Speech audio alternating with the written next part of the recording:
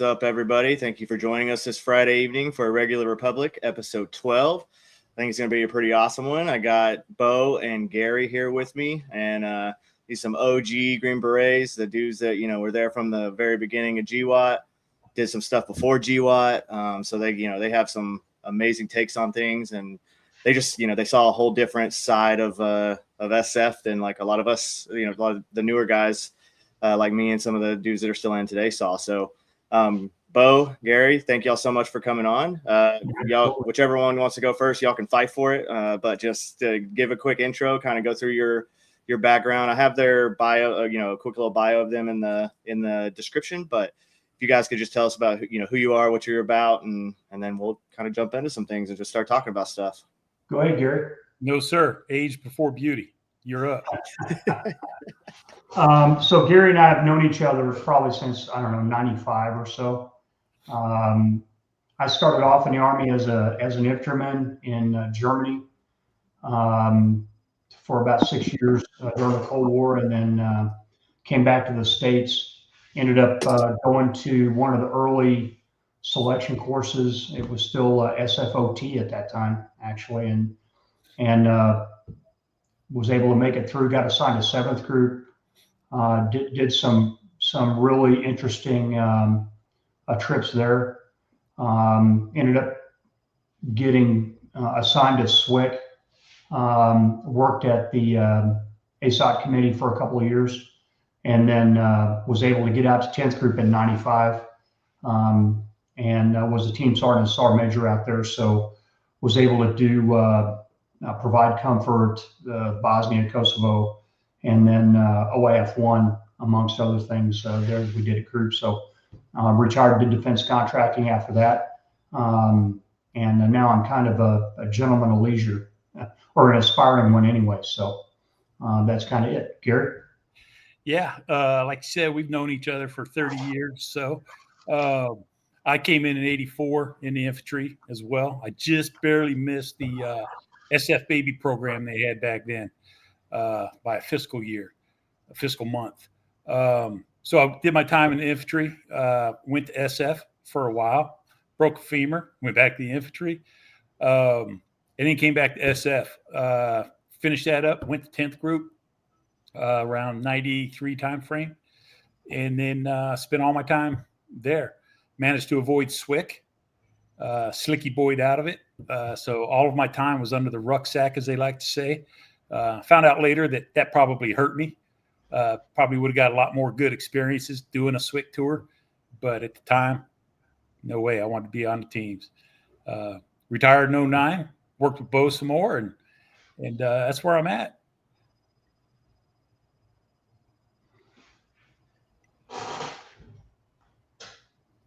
You're silent. Yep, you're muted. My bad. I was talking about the broadening assignments are supposed to kind of help your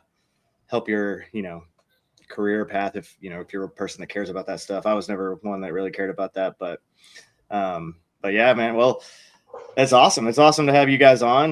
We've interacted here and there on X for quite a while, and seen the stuff that you guys put out and love it, and it's great. And I was like, you know what, I need to get these dudes on and let's just talk about some things. Talk about what everything's going on, today with the Iran war, if you call it that. How it's kind of like quasi, it's toned down, right? But it's like still going on. But we're not telling Congress. So and then just all the craziness. You've probably seen the craziness with that dude that just got arrested for shooting somebody and all the stuff. So there's lots of topics to discuss, but what I do want to start with kind of Iran, since that's kind of fresh, and kind of get your guys' take on just the great power competition that is really what I believe is the main focus of that conflict. Is obviously there's objectives within Iran that are important to the United States,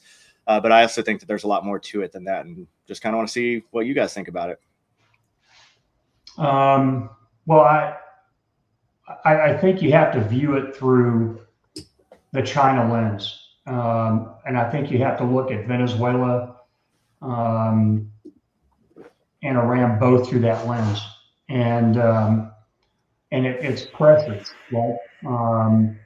indirect pressure on them, even though it may be kinetic on the ground in various places. It's applying that pressure to them economically. And I think a lot of people lose sight of the fact, if you want to talk about dime or whatever model you want to use, that it changes the equation in a big way. And I don't think that the summit in Beijing is an accident. And I don't think the timing of that summit is an accident either, right? And so, for me, when you think about competition, we're really changing the chessboard in a way by what we've done both in Venezuela and in China and Iran. Yeah. I'm with Bo. I'm reading a lot of it. I'm absorbing a lot on X, and that's what's so great about X is it takes me into this higher level thinking and opinions and insight into that kind of stuff. Whereas I'm thinking on Iran, I'm simple caveman. I want to see him bombed.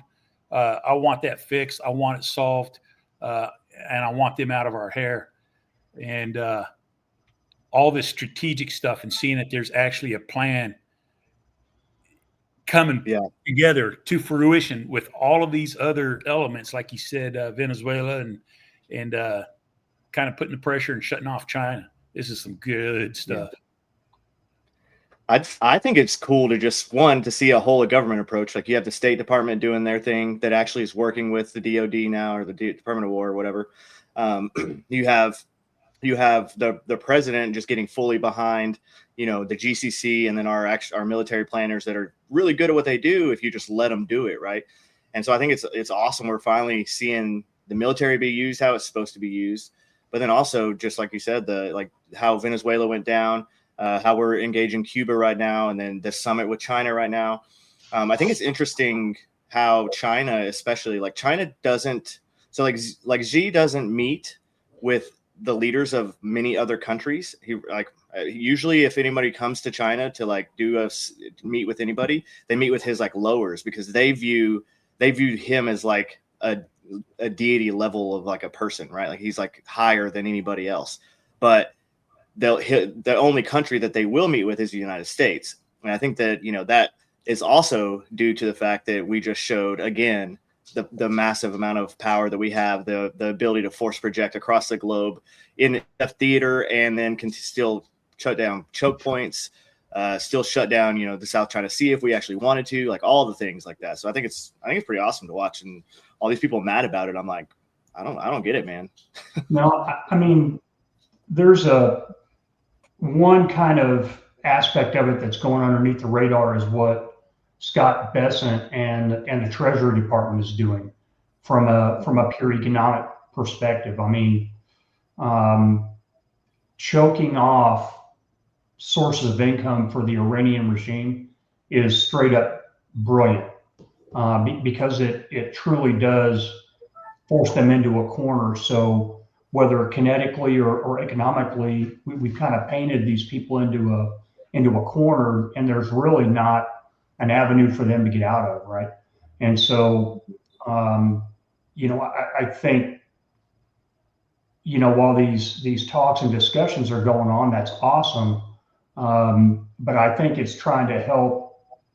trying to help the Iranians come to the realization that they're done without having to do anything else. Now, who knows if that's going to be effective or not, but, I think that's pretty cool. I like what you said,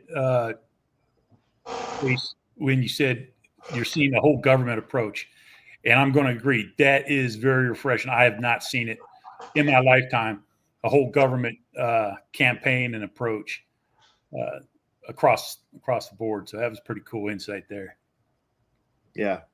The last thing I did before I got out was I managed the operational design course. It then changed to the regular warfare planning course. It actually didn't, that was right when I was getting out, when they were doing the name change.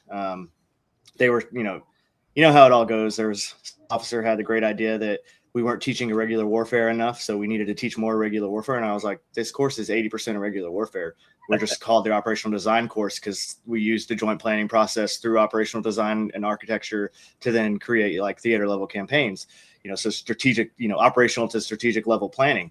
That's what it is, and it's focused on irregular warfare. But they were like, well, then we got to change the name of it. And I was like, well, okay, that's fine, whatever. But one of those things we learned in that course, and one of the things we taught was how, the JPP is supposed to, put everything together, and then you have that whole of government approach. And you, like you said, I hadn't seen it actually happen before. It was one of those, like, it was more like a theoretical thing because we're teaching this, but we're like, yeah, but it doesn't really work because like the State Department's always going to do its own thing. The intelligence community is always going to do its own thing. The DIA is going to do a different thing than the CIA. And so then now you have all these issues like with the reporting there and how you're going to actually plan stuff. But I think, I mean, they've obviously overcome a lot of these issues since, even then, that was like in 2020 to 23. So they've obviously overcome a lot of those issues right now because the JPP, the joint planning process, seems to be working pretty well for them right now, and for the whole government approach like that. And I mean, Rubio's killing it. Like you just said, the economic side is killing it, with what they're doing. And it's just, we're finally seeing some competency happen. And then it just seems like all these people are madder than ever. And I'm like, I don't get it, dude. You just had a dude that couldn't even finish like an entire interview. We couldn't even like say words or complete sentences, and then would like turn into a Roomba the second the whatever was over, and he'd like, I don't know where to go. And then now you have like you have a dude that loves the country, and then you have the government working together as a whole to like make things better. And it's refreshing to see, but it's just also like I feel like we're just constantly fighting all of this negative, even though we're doing pretty good right now. So I don't know. I think one of the big things there is you've got somebody that is basically forcing everyone to work together. This is where we're going, and you either get on board or you're going to get gone, right? And I don't think anybody has taken that approach lately to whole of government approaches to problems, right? And a great example is the early days of Iraq, right? Post invasion, where you had, the State Department folks wouldn't go. You had Brenner in there as the potentate and making some pretty crazy decisions that had humongous downstream impacts. And they just kind of let him go. And so to me, it's not a Republican or a Democrat thing. It's a leadership thing where we are going to work together, and you are going to take your piece of the pie and run with it, or take your part of this and run with it, or you're going to be gone, because this is what we're doing. And I think that aspect of it is what's really refreshing to me anyway. We've all seen that leader that what you're going to do is what the last person talked to him. So if the State Department was the last person to talk to the president, that's what the president was leaning for and was going to do. And that's what's happened through our leadership all of this time up until Trump. And I think this is what you're saying is Trump is now bringing them in, saying, this is your orders, execute. And they're not holding sway over him. And you don't have to worry about, shit, State Department just went in after me. Now it's all going to change. But this is good shit to see. It is. I mean, like a dude in charge, right? And that's what it always cracks me up when these people are like, yeah, Trump's owned by somebody. I'm like, Trump is the last person on this earth that's going to be owned by anybody else. Like, are you insane right now? Like, I think that would like go against his nature more than anything else that, that has to do with him at all. Like, his whole personality is like, he's in charge of himself, his business, the country now. Like, no one's going to tell him what to do, even when he makes some mistakes, right? Like, and, he's made some mistakes here and there, which is, he's human. It's going to happen. And, he also, sometimes he tweets out things that, maybe a president shouldn't tweet out, or, maybe should watch the whole video before you retweet it and make sure it doesn't have like Obama's as monkeys at the end or something, something stupid like that. That's just going to cause, a rift. But at the end of the day, I mean, the dude's in charge, right? Yep. So Well, it's just crazy to me that mean, you have these people that don't agree with that. I don't know. well, I mean, and you know this as well as we do. Hey, man, there's a time and a place to have discussions and air disagreements and say your piece. But when the man says this is what we're doing, then you need to salute, ruck up, and go do what you're supposed to do, right? Yep. Or you need to resign. That's kind of your two choices, right? And so again, I think that's the big change here, where the interagency isn't running the executive is running the interagency. And that, I don't think, has been the case for a long, long time. Well, Yeah. that's what happens when you get a businessman instead of a career politician. Yeah, he doesn't know anything, so. Yeah. Mm-hmm. Yeah. I mean, he has his own money, his own assets. Like, he doesn't need the salary. He's not doing it for that. And then, people are like, well, he's made more money since, he became president. I'm like, well, most of that money he actually made on, crypto and on Truth Social after his first presidency, when he wasn't president anymore. So, like, people that are good, managing money and good at that kind of business at the level that he is, they're going to make more money. And once you've got once you're a billionaire, right, it's not that hard to make a few more billion. So I don't know. It's just one of those things. It's like, I don't think that, if he really wanted to sell us out, I don't think he would be going and doing all the things that he's actually doing right now for the country. It just doesn't make sense. None of it, all their arguments don't make sense to me. Right. And I don't know. It's just, well, it's a heck of a time to get worried about politicians making money. When right. you look at the track record of, let's say the last 25 years or so of how politicians have enriched themselves, both sides of the aisle. And again, I'm not pointing at one side or the other here, but it's kind of funny for people to be pointing fingers that way. Right.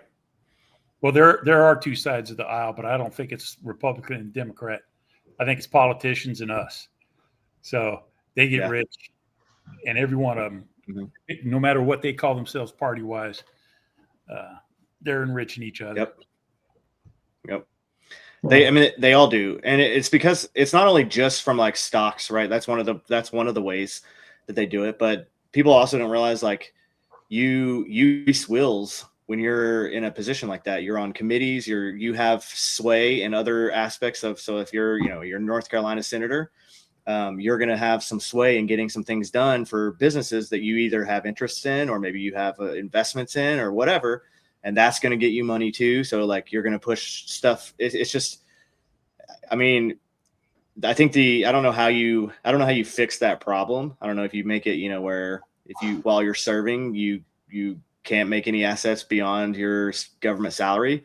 But then, I don't know, then you got to worry about people getting like paid off under the table to do stuff by, foreign governments because they don't make enough money. It's a sticky, like, I think the stock trading one, I think everybody can agree that, like, they shouldn't be able to trade stocks because they all know what's about to get approved and what's about to not get approved. And they know what the committees are about to have come through long before the public will know any of that information. And, if insider trading is illegal for everybody else, why do you get to do it if you're in Congress? That doesn't make sense. That's exactly right. If the SEC rules were applied to them, a huge majority of them would be charged by the SEC for insider trading, right? So, to me, that's an easy kill, right? That should be, but I think it's going to take a while. Yeah. Term limits, only way. They get in, they get out, and they're held accountable.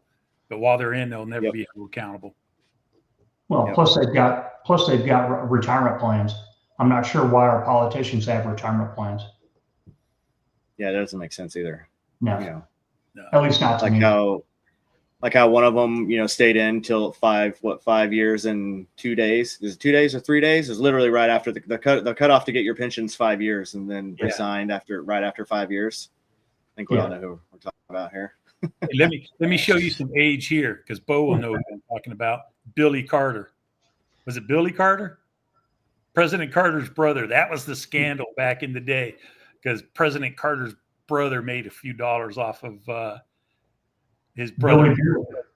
Huh? Off of Billy Beard. Yeah. Yeah. Billy Beard. He was selling Billy Beard because he was the president's brother, and that was a scandal back then. Now you have dudes. We're pretty far beyond that now.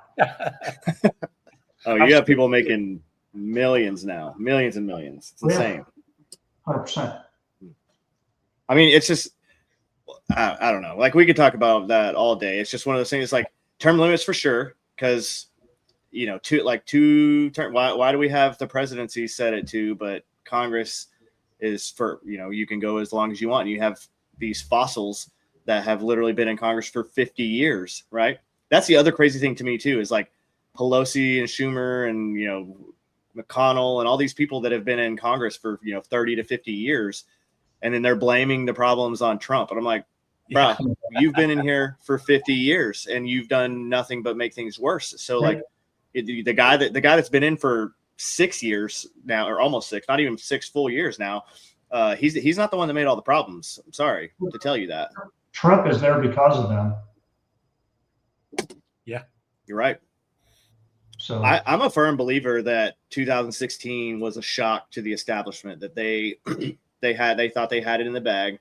Yep. They thought Hillary Clinton was going to win in a landslide. There was zero chance that, because if you remember the field back then, before Trump really kind of took over the Republican field, it was kind of, I mean, you had some decent people running, but they weren't established enough yet to really, like, we didn't know how Rubio was going to be, right? We didn't know, he didn't have as much experience as he has today. We didn't know how and he had Jeb Bush, and of course, he was just Jeb Bush, right? And he would have been just like every other Bush. And so you had this, like, it was just kind of one of those things that was like, man, we're definitely going to lose. Like, we just had 8 years of Obama, and we're definitely going to get Hillary Clinton now. And then Donald Trump swoops in and like steals it from him, and everyone was like, "Well, I still remember we were in Africa.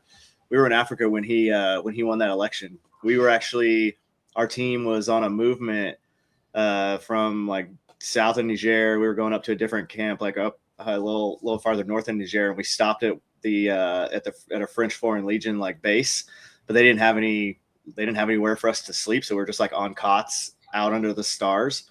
And I remember waking up in like the middle of the night and like checking my phone and saw that Donald Trump won, and I woke everybody up, and everybody woke up and we just partied. I think it was like such a shocked at that, except Donald Trump. Right. Holy shit! What a great time. Yeah. What a great time. It was great. It was great. So yeah, I think that kind of put a wrench in all of their plans. And so I've had some interesting guests on. I had a girl named SK, and she's been doing some of the research and all that with Data Republican, and the stuff that they found about the NGO ecosystem that has, that was really, really started getting crazy, under Obama. But it really started. I mean, it started under Bush, and just because, the whole Bush administration was so focused on GWAT that they were just kind of like doing the same Biden auto pin type thing for everything else. They were just like, okay, well, if you think this is right, we'll let it go.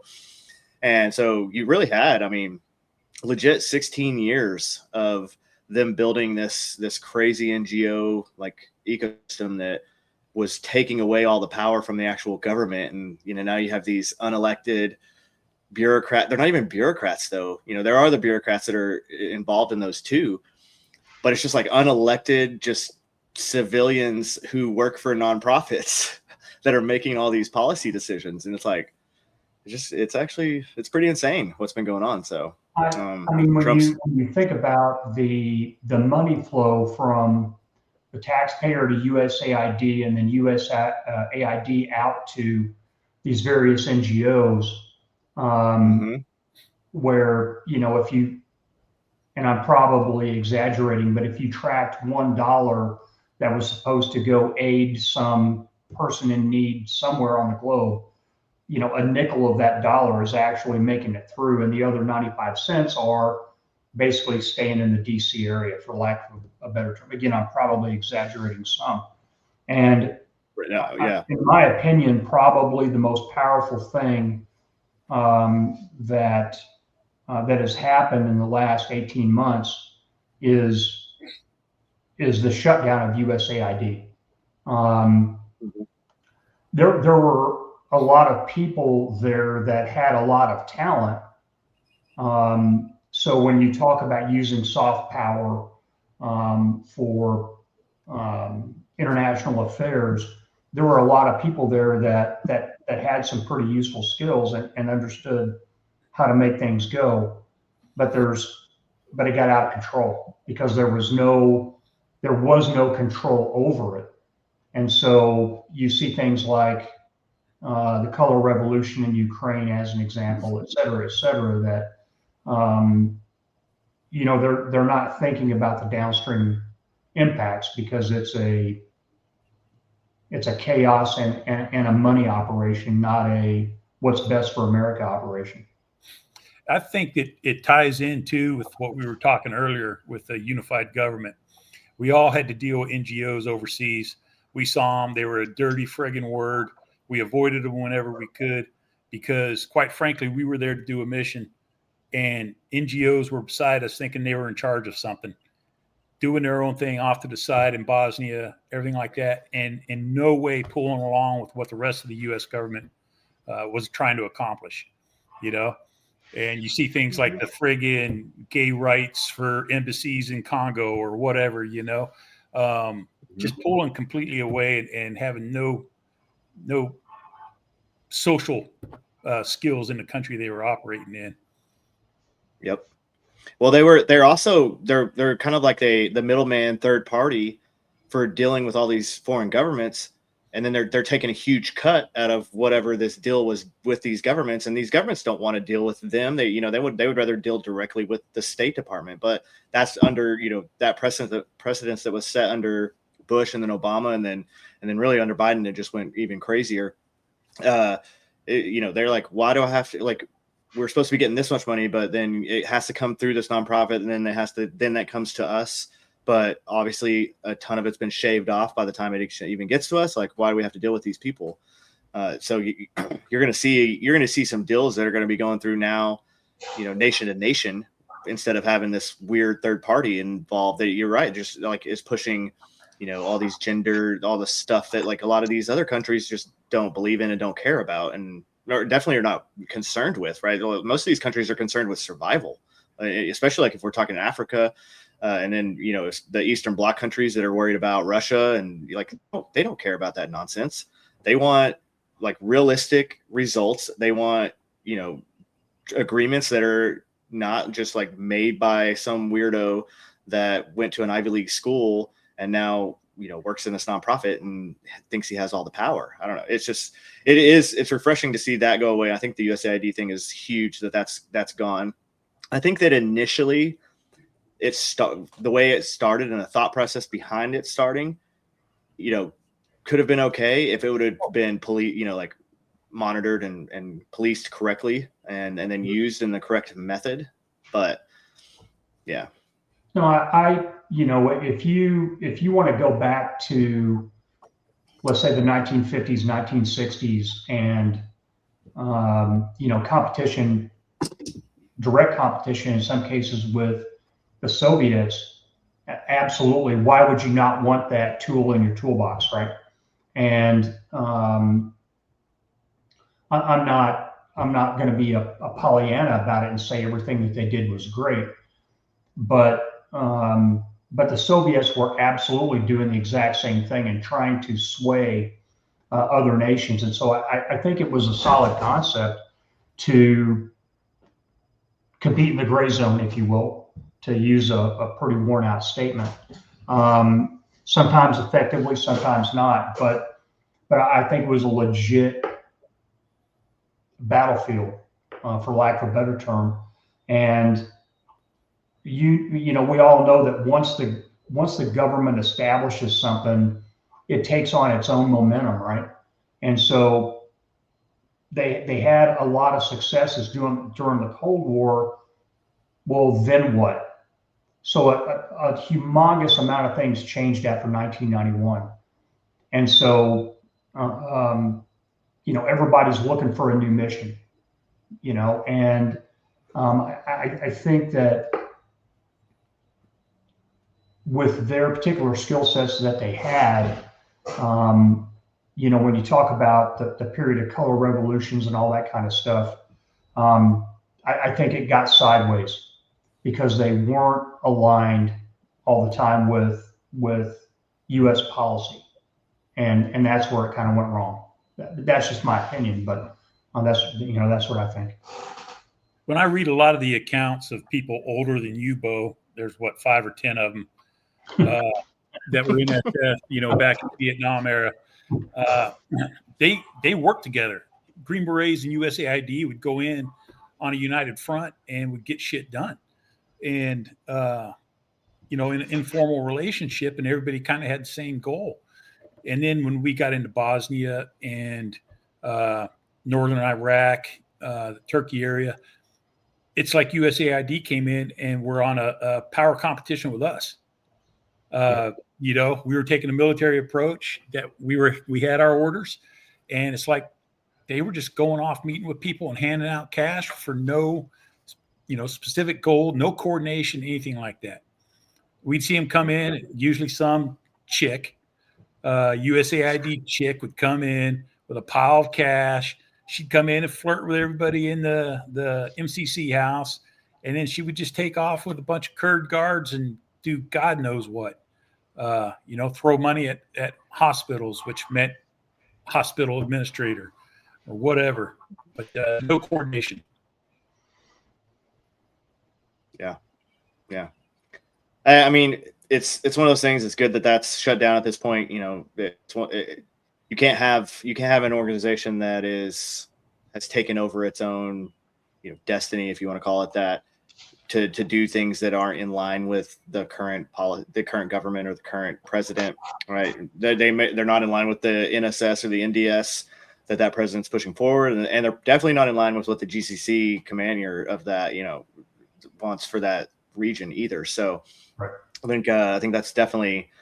I think with that being gone, and some of the other changes they've made, we're going to start seeing some significant policy changes that will have effects. Have good effects on our foreign policy, and then on our trade agreements, on all the things that have always had, just especially over the last 50 years, have just had.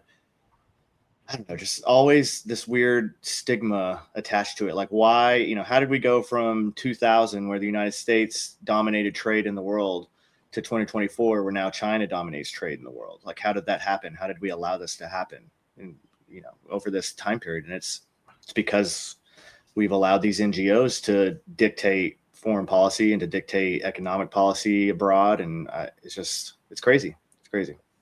Yeah, and some of it's ideological too. But I'm not sure that we had whole of government leadership across the board that had our nation's interests in mind. Right.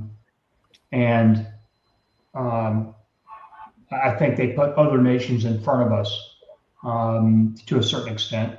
I'm not saying that's always wrong. We did the Marshall Plan, and there was a good reason for that. But I think it got to the point where it was detrimental to us as a nation, and now we're just now starting the climb out of that. Yeah. I got a question. What's the panel's assessment of the conflict in Iran? Our forces successful speaks for itself, but does the political stall put our forces at higher risk? What do you guys think? I don't think it does. I think that right now you've got to give them time to unscrew themselves, right? So we basically decapitated everybody over there that had a clue about anything. And so it takes them, they're going to have internal fighting to see who's going to be in charge now, whether that's IRGC, whether it's, whoever inside the regime. And that's not even talking about the anti-regime folks that are there, right? And so you have to let that, I think, germinate a little bit to make sure that you're talking to the right person before you go back in there. I thought it was interesting that last night I heard the president say that basically all of the enriched uranium is down at the bottom of a tunnel beneath a granite mountain that we blew the crap out of, and the only two countries that have the technology to get it is us and China. Okay, so what are we talking about here? And unless you know what they're actually discussing, it's pretty hard to tell. But I think having this kind of pause, there's no way really for them to reconstitute any kind of significant force. So why not talk? And maybe we don't have to send anybody else over there. Yeah, I'm kind of back and forth on the pause, blowing in the wind. I'd like to see it hammered home harder and faster. But I think, honestly, we've just kind of run out of targets to hammer. We really need to get into the Strait of Hormuz and just start using our shit on those little boats and get that open, and I'll be happy. But yeah, I'm hoping that there's still other things going on behind the scenes that we would no longer be privy to, that are continuing this forward so that the regime kind of gets changed. Mm-hmm. I always, so my UW mind in all of this is like, so before the bombings, before the 13,000 sorties in 33 days, right, which is an inordinate amount of sorties, and was it just the, we lost 2 aircraft in that, and all of that, which is insanely, like, it's crazy. The level of competency from all of that was just amazing. But you have, Iran was a completely denied area before that. You're not getting opposition forces in at all. You're definitely there. You're not getting any UW forces in, even if you had a team full of, either ex-Arabs or ex-people that could fit into that environment. You can't just send in a bunch of, Arkansas white boys, obviously. You still, they're not going to know, their dialect's not going to be exactly right. They're not going to have, they're not going to know the area well enough. Like, just all the things that makes UW very difficult in a very denied area like Iran was. So then you have this bombing campaign, and now UW is possible. So now, I'm not on the inside. I don't know anything that's going on. I don't know, what's, if there actually is, or if it's even us, or if we're just kind of helping assets that are from other countries that are doing things. But now the ground is open. Now there's a little bit, more, it's a little more permissive for these actions to kind of be taken, and for the auxiliary, the underground, and then eventually the guerrilla force to be built up that will be necessary for regime change if we don't want to send in a bunch of ground forces, which we clearly don't want to do. I mean, not only just because that's not the way Trump rolls, and it would be highly unpopular with the American people, but 2, it's Iran's a natural fortress of its own as a country. So it would be very difficult to get the level of ground forces in that you even wanted to. There's, natural choke points, deserts, mountains, all the things that makes it really difficult to do like a ground invasion like that. So I think that's kind of part of the pause too. I think, they're, one, like you said, they ran out of targets because, they hit everything that we had intel on, and that Israel had intel on, and that the Gulf states had intel on, and, eliminated those. And now, all their leadership's in hiding, and all the other capabilities that they have are all also tucked away in little mountains or hidden in different bunkers or different places that we can't find them unless they pop them out to shoot them off, and then we'll destroy them at that point. But, that's just a waiting game. So, I think there's a lot more going into it. And then again, the economic aspect of choking out their economy and dominating the Strait of Hormuz, like we have been with the blockade, and all that kind of coincides together for why we're seeing this pause. At least that's my, what I'm thinking is going on a little bit. There's a frustrating thing that happened early in OIF 1. 2 things two biggest mistakes I think I saw was, of course, Bremer, banning the military and everything like that. We all know how that worked out. But not well known was the MEK, anti-Iranian forces, very well organized inside Iraq. And we declared them a terrorist organization and surrounded them with the 82nd and disarmed them. And I know 3rd Battalion guys that when we met with them before that happened, we thought that they were very professional, on level with our Kurds, with their training and everything like that. And ethnic Iranians would have been perfect for us to be working with all of this time, especially when we were getting, EFPs from Iran. We should have definitely still been employing MEK or people like that. But here we are with no force over there. Yeah, I think there's when you talk about, there's been media reports out there about attempts for us to get Starlink terminals and some other stuff into Iran via the Kurds that went south, and that's just media reporting. I don't know if it's true or not.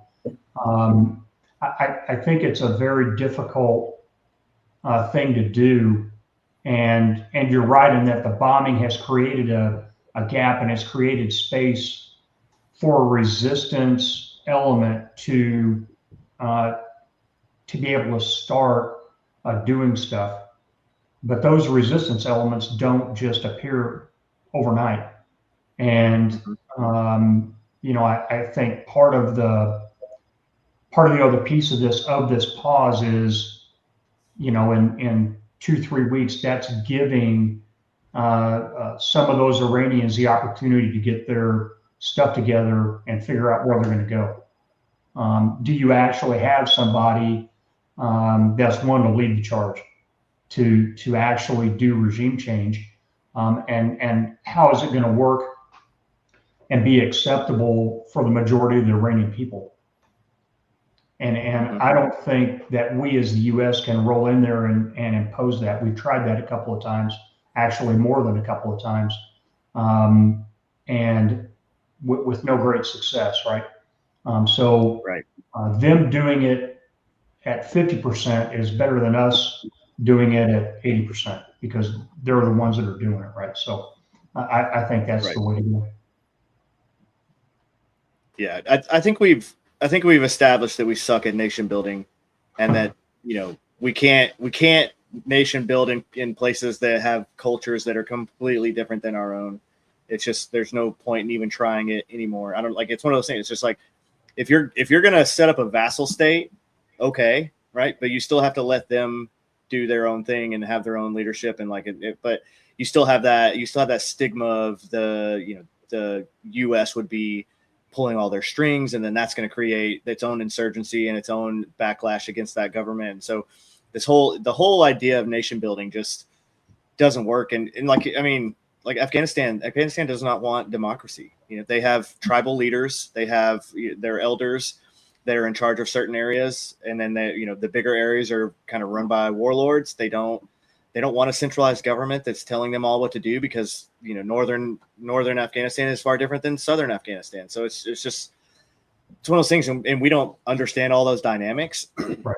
So it's kind of crazy for us to go in and be like, hey, you guys are going to love the same government that we have. This is great, right? And they're like, no. Sharia democracy is not compatible with Sharia.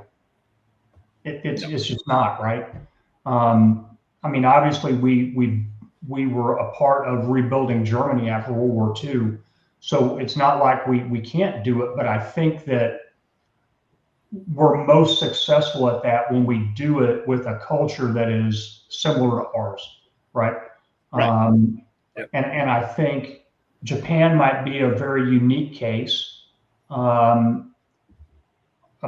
they actually changed a lot of their militaristic culture after World War II, right? So,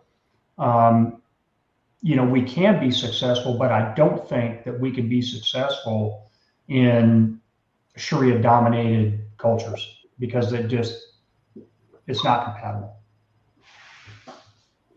Now, Yeah. we were only successful with the Shaw because he used raw power, and we see how that turned out, you know.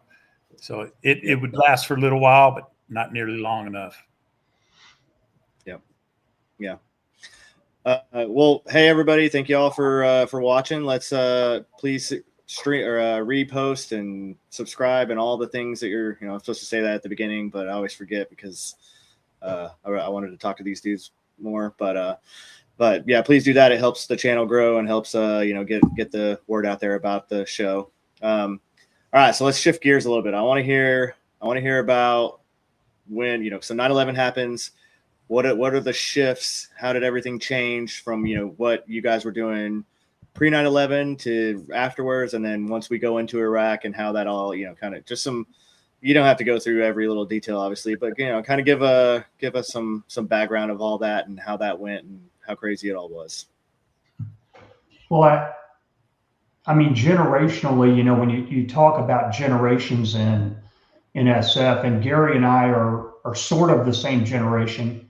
Obviously, I was a little bit before him, but prior to 9/11, there was a lot of single team missions, and you would go to wherever, Venezuela, you'd go to wherever in Africa, and there's no cavalry, there's no QRF, and you had to figure it out. And our plans were real because you never knew what was going to happen, right? I think as technology increased on teams, when I first got to the team, we didn't. I was telling you earlier, we didn't even have a laptop. We had 2 night vision goggles per team. We didn't even have our own assigned machine guns, and so it was truly force multiplication. The teams, we had 5 teams in our company in 7th Group. For the majority of the time I was in that company, and each team had about 8 or 9 guys on it. So, when you talk about things like ghost teams and undermanned, I mean, that was how it was, right? And so you just went and did your stuff, and you did it the best that you could. And but rapport with whatever indige you were working with was absolutely critical. Again, there was no QRF coming to save you. I think when I got to 10th Group in 95, I started really seeing a change. And that's because Gary and those guys had been doing company level deployments for quite a while to provide comfort to Italy for the CSAR mission over Bosnia. And to me, it was, I'm like, holy cow, man, we're going, in this big of a group. Yeah, that's what we do. Okay, got it. And I think that I saw a different mentality in people just because of that difference in employment of the teams. I was a company sergeant major. Our company was deployed to Kosovo when 9/11 happened. And we actually got back to normal operations within 3 or 4 days after the event, where the people that were back at Carson, it was months before they got back into any kind of normal battle rhythm. And so, and Gary, you could probably pick it up here, but I don't think that we really manned and equipped ODAs to even sort of the level that they are today until probably 05, maybe 04, 05, maybe 06. Yeah, we were getting there. 99, 2000, we really started putting emphasis on changing the teams. But prior to that, man, our kit was exactly what the rest of the Army had. We had maybe better cold weather gear. That was it. That's what made us special. Was we had the Patagonia and better sleeping bags than the rest of the Army. Other than that, we were wearing Kevlars, LBEs, all that other kind of stuff. And I liked it because we needed to be on the level with the guys that we were training and working with. So it worked for us. Like Bo said, we did a lot of singleton team events. You went out, you did your own training, you met with the country leadership and went and did your own training thing. And you would go 3 years in a company without knowing half the guys in there. You'd be like, oh, you were in Charlie Company at that time? Shit, what team? I never saw you, man. Because we'd be bouncing in and out so much, you wouldn't know. Still to this day, a lot of guys are like, hey, you remember so-and-so? I'm like, nope, not at all. And then, like Bo said, we started to get into the company rotations, doing a lot of CSAR in northern Iraq, those missions. So we started to go as kind of a half company or almost a full company over on these. And that really kind of geared us towards what was going to end up coming just by accident. In about 99 or 2000, I was in 1st Battalion, Stuttgart. SF really started taking lessons learned from Mogadishu, finally, years after the fact. Mm-hmm. And that's when they started coming out with Safalk and all that other kind of stuff. And that's when we really changed over into this gunfighter mode that everybody sees now and everybody assumes SF is. Prior to that, like I said, we had pretty much same gear, same everything. Our strength was planning, mission planning, and going out there and doing it on our own. And just really started seeing that change right before the GWAT. So it was good timing to get us prepared for that. But that's kind of what it was like being an old guy. Yeah, it was definitely UW and FID. And then, SRDA were, you could do it. But how are you going to do it with your indige? And how are you going to accomplish that, right? And so it was not, other than the SIFs, it was never unilateral. How are we going to do this with our boys, right? And I think not everyone lost that, but I think we kind of lost our way a little bit with that, where hey, we've got 2 indige guys with us, let's go. And I got it, but what are we really about, And I think there's a lot of success stories out there too. The ICTF in Iraq as an example, where we really created some great indige elements that were taking it to the bad guys. Back to like the core mission of SF, which is UW. You're doing and that back then that was just the humans over hardware was like just a real thing that you didn't have to have that saying. We have that now. They're talk about like humans over hardware, but you guys were like, you're doing the stuff with, like you said, two pairs of nods on the whole team. That's wild. It's so wild. 1682 first showed up. Yeah, I mean, my first deployment in SF was for Operation Promote Liberty, which was right after the invasion of Panama. And our ODA, which was understrength, was responsible for the entire Panamanian Costa Rican border. And so we were broken down into 2 or 3 person teams and placed along the border in different places. And there was no PMT.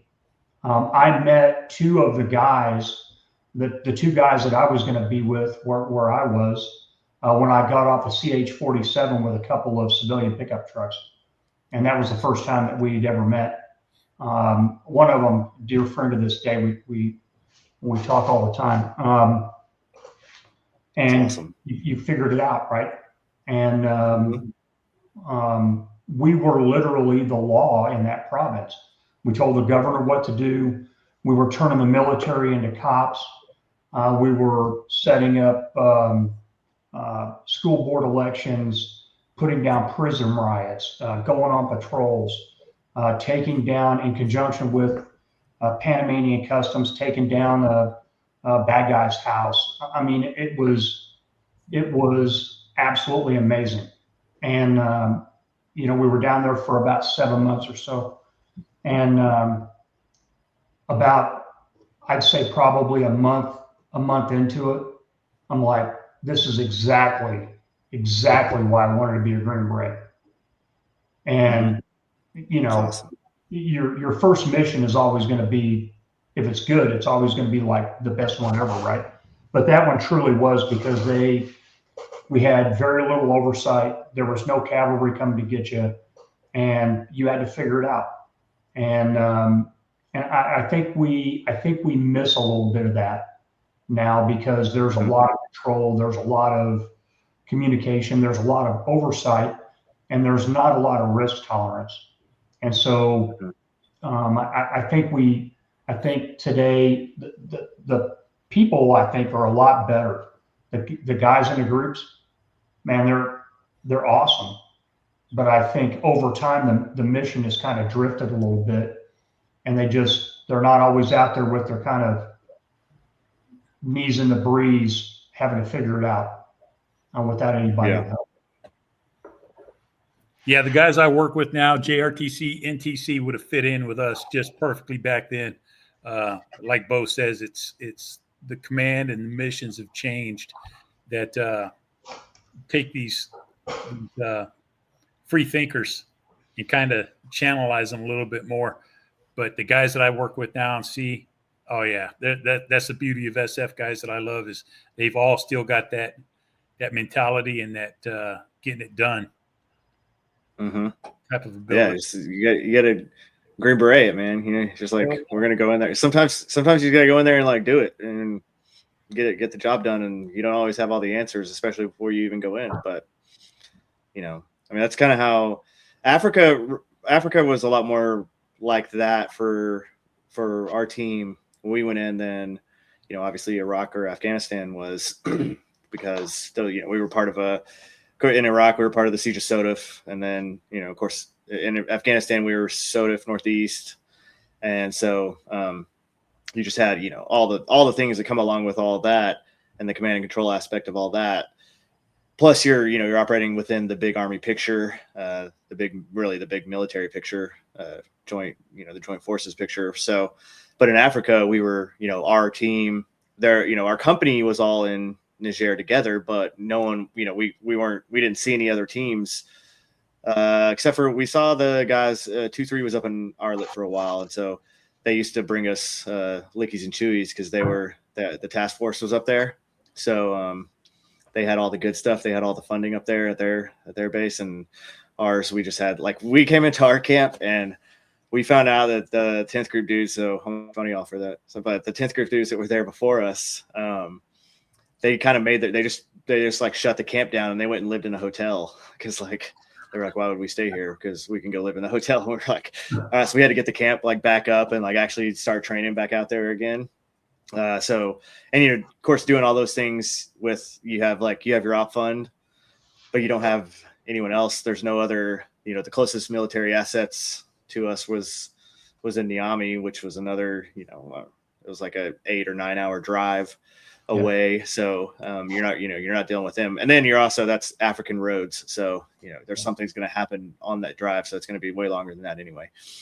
But, just kind of getting the things done. So that the Africa trip was definitely one of those that I was like, okay, this is what it's actually supposed to be like for SF dudes. Like Afghanistan was cool. Like we were out of JBAD and we were doing period of darkness hits all the time for HVTs. And we were working with the NIV, right? The narco guys out of Afghanistan that were doing all the opium hits. And so it's cool, right? It's like cool guy stuff, but you're like fighting dudes in flip flops, and we have nods and all the tools, and they stand no chance. So it's just like, okay, like it's like playing a video game on easy mode. And so going to Africa was actually like, all right, we're like on our own. we gotta make things happen. We gotta find the local assets to get all the things done that we need to get done. So I do think it's going back to that mission set like you were talking about is important though for SF guys. Yeah, and I think there's some guys that are that still want to do DA, and that's what they that's that's their thing and that's what they want to do. Man, I got it. I understand it. It's cool, but how do you get your in-ditch to do that for you? And to me, that was always the primary thing. It ain't about me, it's about them. And I think one of the big changes that we saw over time, you compare it to like the guys that were down in El Sal, they weren't allowed to accompany their partner force on operations. They had to stay on a base camp, wait for the partner force to come back, debrief them, and then try to figure it out, right? And that's a tough way to try to do that mission. And even with a more risk-averse Army, I don't think we ever necessarily went to that level of restriction, and for the modern day guys, and I think that's a great thing. Mm-hmm. Yeah, I got out, and the GWAT was still going full form. So when I got out, I was that old guy going, harumph, we need to get back to our UW roots and everything we've been describing. And then started talking to my guys in 10th group, started going to Africa like you're saying. And I knew that SF was healing. It felt good to see that those kinds of missions coming back again, and guys turning down going over and door kicking to go do these other single team missions. Yeah. I agree too with what you said about the command and the risk, the risk intolerance that they have for everything. And that's like UW is one of those things that it's inherently going to have risk. You're not, we have technology today, so reporting and all those things is a little bit easier, even in austere environments. But you also got to be able to just, hey, we're going to put this team in, and we're going to let them do their job. We're going to let them train up a guerrilla force like they're supposed to, or train up do IDF or FID or whatever. And it's just one of those things. It's like we have to get back to that. That's our bread and butter. That's the whole reason for our existence. Like if we're just going to become a DA unit, then like we already have a bunch of DA units that are really good at what they do, right? So we can do DA, like you said, like that's fine, but we should be doing it in a way so that our partner force is the one actually doing it. I know it's funny because like most of us are type A, like we're the ones that want to be like, I want to be the first one in the door, right? Because I get to choose the corner then, and then I'm in charge, and it's great. But at the same time, like, hey, this is their country, right? They're fighting their enemy, or it might be an enemy of ours too, but they're the ones fighting in their country. So let's let them kind of kick the door and go in and use the training that we gave them and complete the mission that way, a little bit safer, right? So absolutely, and I think when you look at the modern environment, I don't care how good of a language speaker you are, you're not fooling anybody. Yeah. I mean, if you're from New York City, you're not fooling anybody in Alabama, right? It doesn't matter. And in today's environment, the days of 12 guys hiding out in the woods on a hilltop with their G's is over, and it's been over for a while, right? And so, how do you then do that? And there's a lot of ways to think about it, or what have you. But I still think that's probably the baseline at Sage. But is that really how we need to be doing it? Because there's a lot of value in going through what happens at Sage. A lot of learning that happens. I'm not saying that it's not appropriate. Mm-hmm. But how are you actually going to do it? And I think that puts into people's minds, hey, this is UW, and if I'm not behind enemy lines, then it's not. Well, that's not necessarily the case, right? And so how can we open the aperture, right? Whether the ODC course or some of the other ones that were developed, in the early 2000s, mid 2000s. That was kind of a purpose. The NDC course, as an example. And so how do you do that? And and be able to influence things when you can't be the number one guy in the door. And how can you do that? And to me, that's the operational art of UW that I think has kind of fallen off the table just a little bit. And it's not because people don't care. I think it's because they've had other things to do. And now I think there's a lot of people that are asking the question, why? What's our purpose? What's our thing? And when somebody says UW, that doesn't always resonate with them because they can't put it into context. And gray zone competition. Okay, what's that really mean? Well, each one of the three of us could probably have a different definition of what that actually means. But how do you answer that question, and how do you reduce the frustration level amongst Green Berets and get them on the same path? I mean, JSOC, frankly, has sucked up a lot of the oxygen in the room since early 2000s, probably. Mm-hmm. And so, hey man, where's your seat at the table? Well, hey dude, a lot of the chairs are taken. What are you going to do? And I don't think that we've done a great job of answering that question. Yeah. What you think, Gary? Listening to Bo talk, it's magic. Big brain. Smart man. On Bo.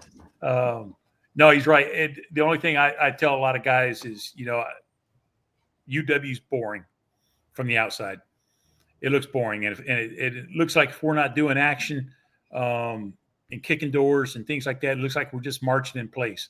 But UW is a long process, takes a lot of time, a lot of rapport, a lot of base building, and people want instant gratification.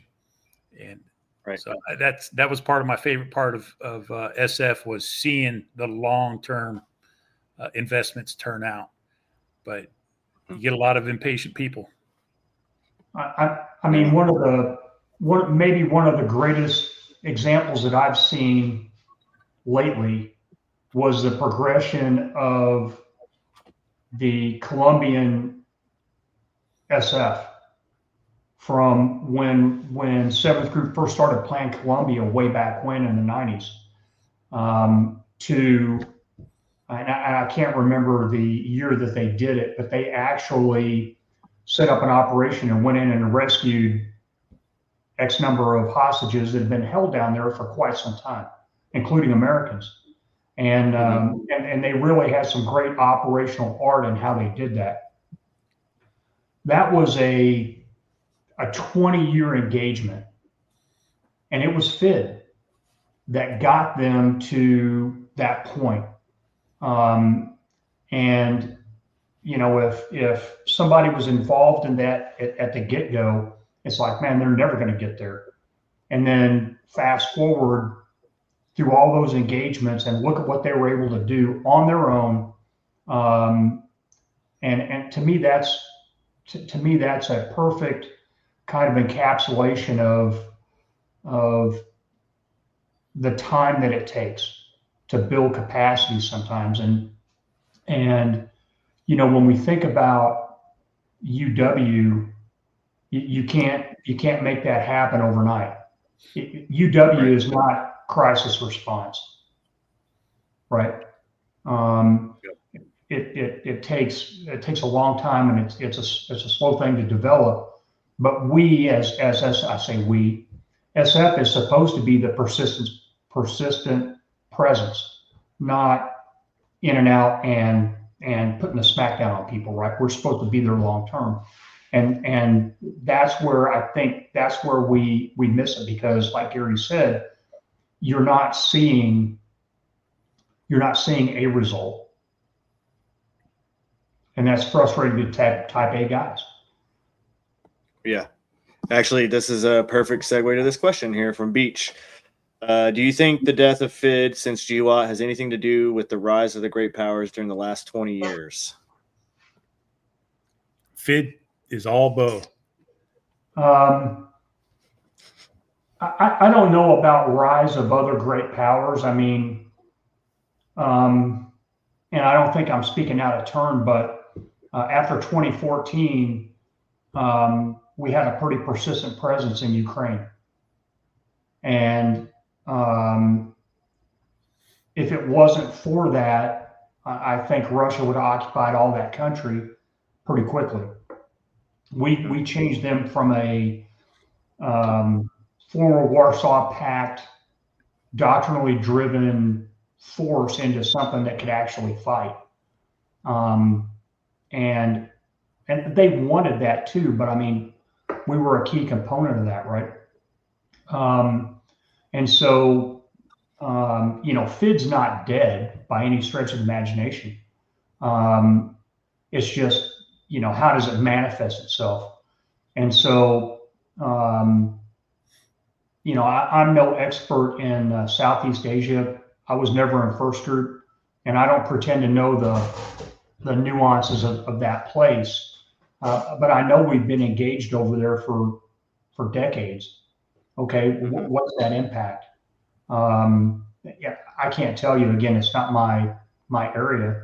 I'm more of a Europe kind of guy, but all the things that we've done along the Eastern Rim countries in Eastern Europe has borne fruit, and that's all been fed. So it hasn't gone away. But sometimes those great powers, you've got to have raw power there to stop them. Indirect things aren't going to stop them. You've got to have raw power to actually keep them from doing stuff. Yeah, 7th Group was always doing FID, and they called it FID, and that was, their bread and butter. 10th Group really never called anything they did FID, but like Bo said, they've been involved in Ukraine. I started going to the Czech Republic as soon as the wall fell, and we were doing JSETs. Most people are familiar with JSETs, and they were basically the same as doing just really short-term kind of FID, bringing these European. When we first got to the Czech Republic, their army their display to us was still getting online, putting the AK or the Czechs use the 58 SP-58 on their hip and firing full auto, taking a hill. And we started working with them and getting those engagements with the JSETs, and that just started bringing in the rest of the army and modernizing their force. And so now Russia does have to take that look and say, hey, the Poles are friggin' definitely nobody to mess with, the Czechs. And like Bo said, the Ukrainians probably would have collapsed easily within those first hours. If we hadn't been there, it would have been Russians fighting Russians. Same deal. Yeah. I mean, that's what we were doing in Africa. It was a JSET, JPAT, and we're not calling it FID, but we're calling that's pretty much what it is. One of the things that I kind of, when I went to SWIC and was managing that course, and I realized oh, there's higher level orders for all of these things, right? Like when you're a junior, you're a dude on the team, which I was always the only medic. So I was like the junior and the senior all at once on my teams. So that was just kind of the way it was. But you're involved in the planning process a little bit, and you do your back brief, and you're like all the things, but like most of it's already kind of been done for you. The team's not planning that entire mission. Like there's little aspects of it that we're planning, but we're not planning the entire thing. And we've definitely, or at least I wasn't involved in looking at the higher level orders that were coming down and getting the the intent from that higher level order, or from the strategic level, then now to the operational level, and then now down to the tactical level, and working in that course. And I was like, oh, dude, like we had this, when we were in Africa, we didn't really know why we were doing what we were doing. We didn't know why we were trying to train in the Bicos, to do whatever, right? We didn't have, and we would have known if we would have just looked at the orders and then, kind of altered maybe some of the things that we were doing.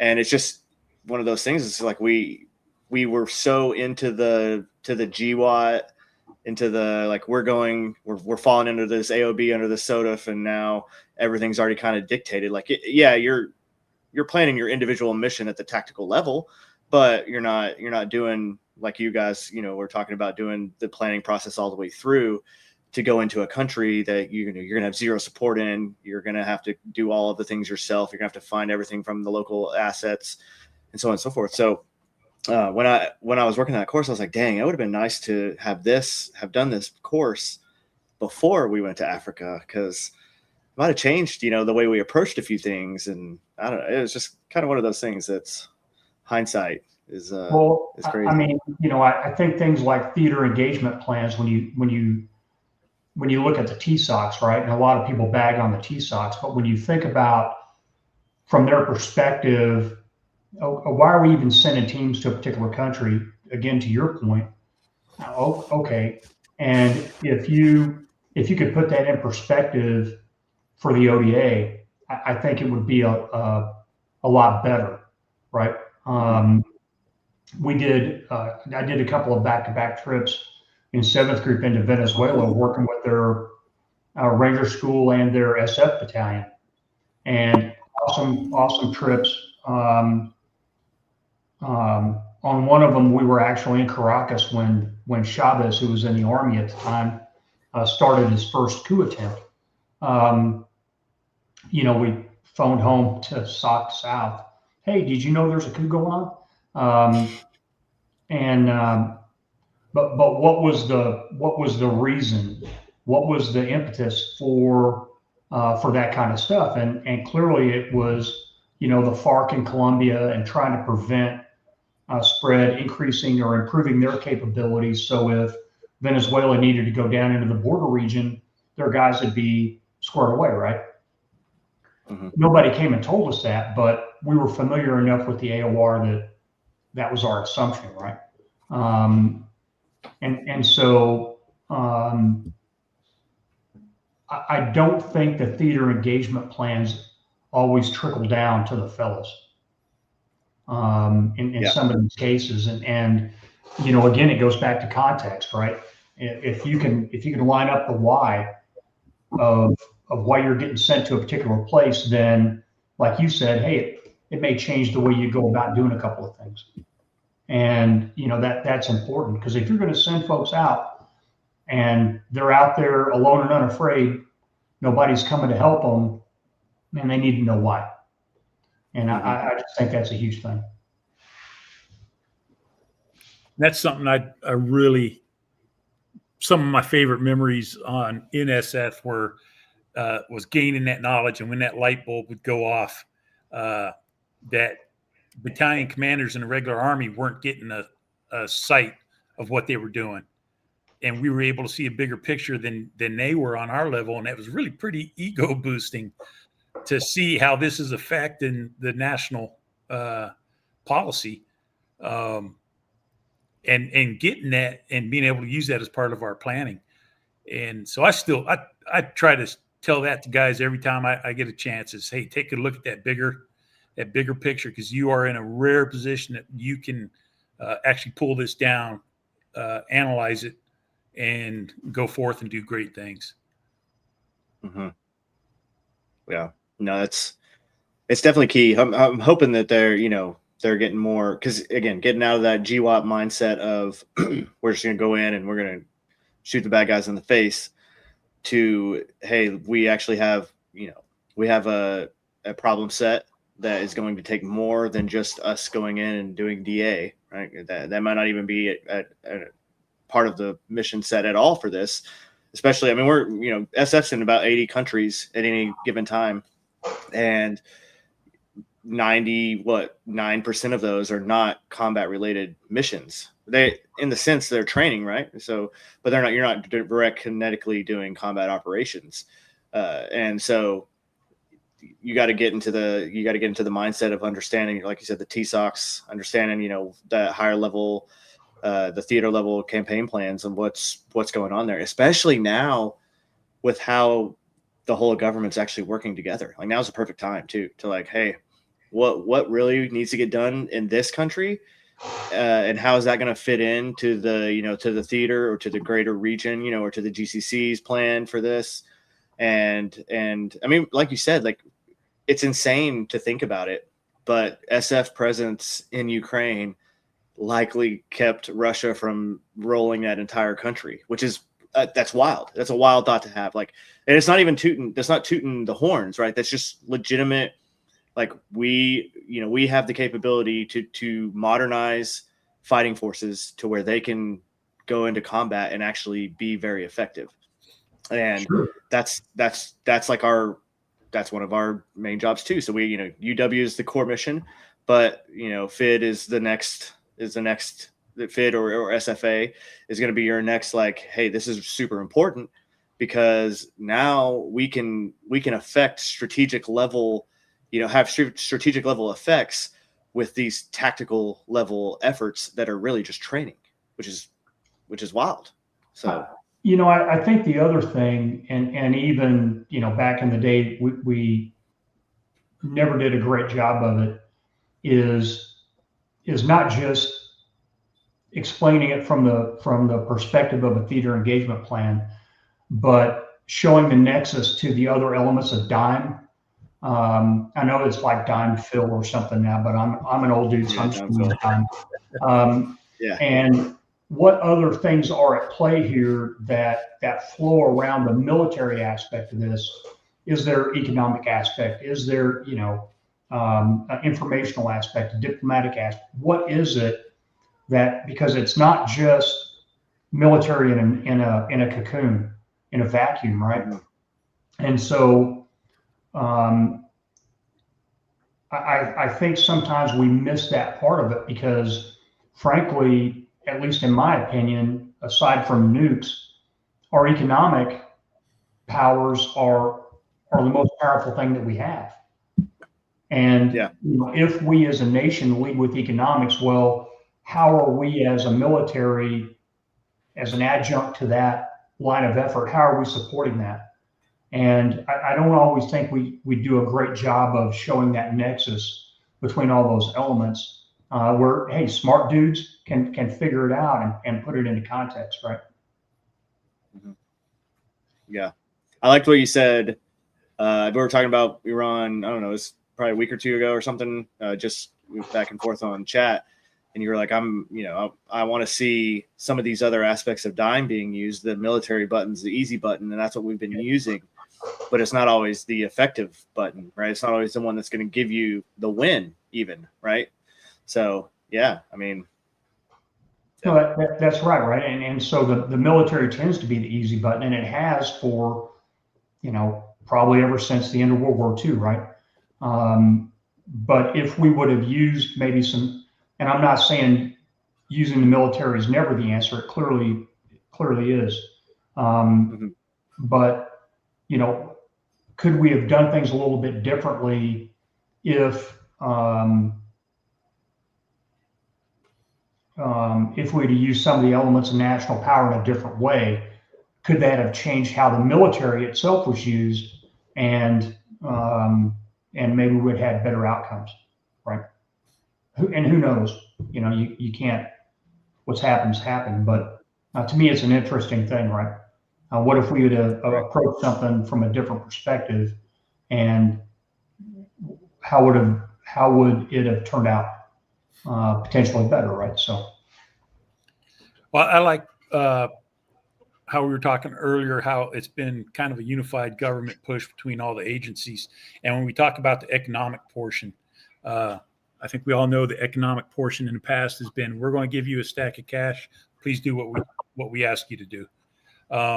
Whereas the approach now has been, we're going to help you, your economy in addition to our economy, and you're going to pay your own way, but we're going to help you, so economic doesn't mean just handing them cash now. And that's, somebody's opened their eyes to that. And that's really going to help a lot. I think that's super powerful too, Gary. And the reason is because, like Chase said earlier, are we creating vassal states or are we creating allies? And I think there's a definite distinction between those two things, and what do we actually expect in return, right? And so using your example, Gary, exactly. Hey, we're going to help you develop, but here's the quid pro quo, right? I think that's, again, the whole government approach, at least now, is way different than what it has been for decades. I agree. We got Major Sarge. What's up, dude? Hola. DOL. And we got Based. Love Based. I've done a couple shows with him. He's a Marine, so we got to give him a little, little leeway, because we'll talk slower now that he's on here. Yeah. We're gonna have to explain things better. Smaller words. No. Yeah. No. I'll throw him some crowns later. He'll be fine. No big deal. No big deal. But all right. So, what do you guys think about here? I want to pull this one up. So Lion, LL Lion, she was the one that asked about the pause, and then she said, "Thank you. Appreciate hearing your perspective. My concern is the American tolerance with all the propaganda and honestly the spewing from all these politicians that pollute the waters." And so, kind of answering that, but also discussing these propaganda pushes that we've all seen, right? And the guys that know propaganda and can generally pick it up pretty quickly. What do we? I mean, we're all kind of doing our part in different ways to push back on that a little bit, but how do we educate the American populace that again, we're a microwave society. We want everything instantly, gratification right now. We want gas prices to stay the lowest possible all the time, even though fixing some problems might cause it to go up a little bit temporarily. Just all those things. How do we address that? How do we deal with that? Well, I think you used one word in there, and it was educate. And I think part of the root problem for that is the educational system in the U.S. And I don't think we do a very good job of educating our kids. And so if you wanted to start someplace, I think education reform would be one of those places, right? From a purely messaging and propaganda perspective, I mean, we all have been dealing with propaganda our entire lives.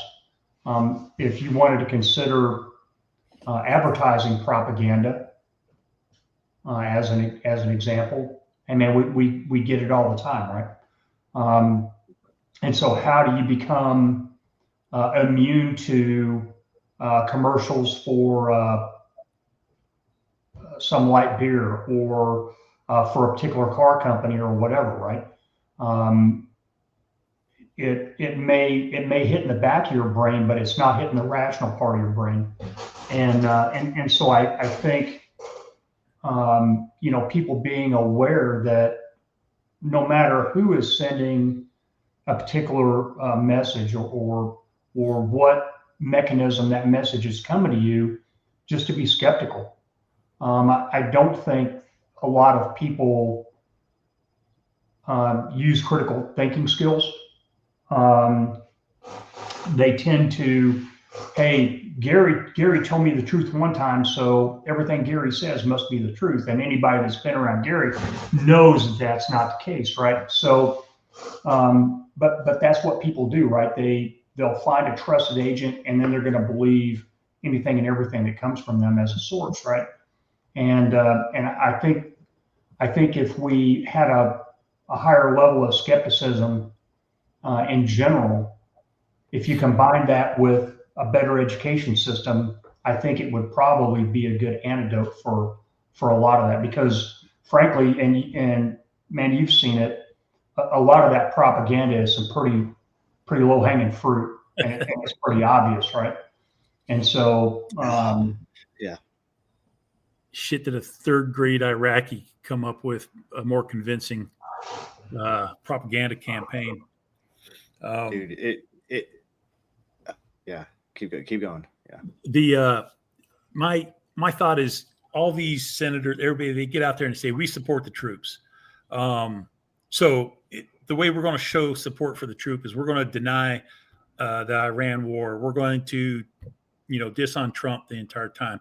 Republicans are doing this. Democrats are doing that. This is how many munitions we still have because I care about the troops. And here, a few minutes ago, you mentioned we got SF teams in 80 countries or something like that. I know it used to range from 55 to 80, but we've got, teams that are actually on their own, alone in foreign countries. And we've got people disclosing the state of our munitions or telling them not to obey illegal orders or things like that. And so you can't support the troops and still have, 1,000 guys deployed somewhere and be giving out critical information that can actually truly physically hurt these guys. And I think the only thing we can do short term is I love what Secretary of War and them are doing, threatening prosecution to former members of the military for disclosing what they obviously know is sensitive information. I'd like to see that start to actually happen. And then after that, I don't know how we socially change people. I've got a daughter that's flaming liberal. I can't reach her. She won't discuss politics with me at all. Won't discuss any of this. And I love the girl, but we just don't talk about it. I can't change her. There's no way I'll ever change her. How do we do that with people that aren't our family and our loved ones? I don't know the answer to that. Yeah. Yeah. Ideology is a powerful thing, right? Oh, that's what, that's why I say, these people have fallen for propaganda created for illiterate Russian peasants in 1903, or over 100 years ago, because they have, and they repeat the talking points from that exact propaganda as fact today. And I'm like, you realize that's what you realize that this is all fake. It's been fake for over 100 years. And it's been known to be fake for over 100 years. We've multiple different, not only nations, but just people from all walks of life have, disproven all of this stuff that's not real. And you're throwing it at me, and they're like, well, it fits today. And we're like, no, it doesn't. You're literally falling for it. And now you fell for it. And now you don't want to seem stupid. So you're not going to admit that oh yeah, I fell for the same propaganda that was made for illiterate Russian peasants over 100 years ago, because that would make me seem even stupider than they were, which is crazy, because you literally we have these things today. You have this device that you have the knowledge of the universe, everything that we know is right there at your fingertips. Bose is a little slower because it's a jitterbug, but yeah. I'm using an abacus, so it's all right. Yeah. You got a flip phone still? I wish. Yeah. Now life is simpler. We joked about it when we were in Africa. We bought phones there, obviously, to use local phones, and then we bought some Samsung Galaxies, and we brought them all back to our little compound, and we were getting them all set up. And then I was like, I'm just kind of curious. And we started looking up all the serial numbers on them. They're all fake. They were all fake Chinese versions. They weren't, they weren't actually made by Samsung. They were fake. Yeah. And I was like, well, these are purely for communication of this is just for to talk to the locals about things that we need just to have that kind of phone for here. Yeah. Cause you definitely don't put anything on here that's personal, because I guarantee you it has a direct link to China. Yeah. This is useful in a distraction, as a distraction device. Look how boring we Americans are just talking about, the price of onions down in the market. Yep, exactly. Yeah, because I was like, yeah, these are not, the serial number is not real. We can look it up and see. So, but yeah, when you think about it, the amount of information the average person consumes now, compared to, in 1990, I mean, it's it's radically different, right? And so how do you sort that? And some people are more online than others, or what have you. But how do you know? How do you sort that out? And that's not even talking about AI, right? And so I think it's going to be an increasing challenge because I'm not saying that everybody's stupid by any stretch of imagination, but when somebody is hearing a message that kind of resonates with them, or is close to what they're thinking, it reinforces it, and boom, now hey, this person's spot on, and again, that's my trusted source of information now, and you're not gonna, like you said, you're not gonna blow them off that. You're not going to blow them off that source, right? They have to do it themselves, and because you can't force it. Well, that means it takes a lot longer for the truth and the facts to come out, right? So a humongous challenge. I have no clue how. Again, other than starting from the beginning and educating people better, I don't know how you do that. Yeah. Yeah. I mean, I'm my babies, I'm homeschooling them at least until like junior high. So like by the time they get in, like they're going to know, they're going to know like what's real. And also, like, I don't know that our educators today have a plan for AI, for how are you going to make these kids successful? Like, why, when you can complete tasks that would have taken you days, or like writing, or all the things, and you can complete them in minutes now. So how do you prepare someone to be educated, to have critical thinking, but then to be able to use these tools in a manner that is going to be beneficial as well, right? And so, and I mean, I'm not saying I have a perfect answer for that, but I know that what a lot of the curriculum that we're teaching our kids in school today is unnecessary. I mean, why don't we have classes in high school, junior high and high school, about investing, about, just basic managing of money, right? Like, because think about it. If your parents don't teach you how to manage money, and then you go through high school, you don't get taught anything in there. Yeah, you get taught math, but you don't get taught like how to practically use it, or the importance of it, or interest rates, what interest rates, what predatory loans look like all the things, right? All these things that you're not prepared for until you're an adult, and then you realize, like, all of a sudden you're jumped in the deep end. You have no clue what you're doing, and so, like, I mean, when I was in college, I got to college my freshman year, and they, the bank, I opened an account there, and it was like a student account, and they were like, and you get this student credit card. It comes with your account. And I was like, oh, sweet. Well, yeah, that's kind of cool. And they were like, yeah, it's got $1,000 limit, and you're good. And I was like, oh, okay, cool. And so, like, but I didn't realize that was something that you had to pay back. I thought it was like a student thing, because I was an idiot and I was 18 and I had no idea what was going on. So it was like, and then literally, you know what I did? So I used it. We used it for just the stupidest things that an 18-year-old, you can expect us to use it for.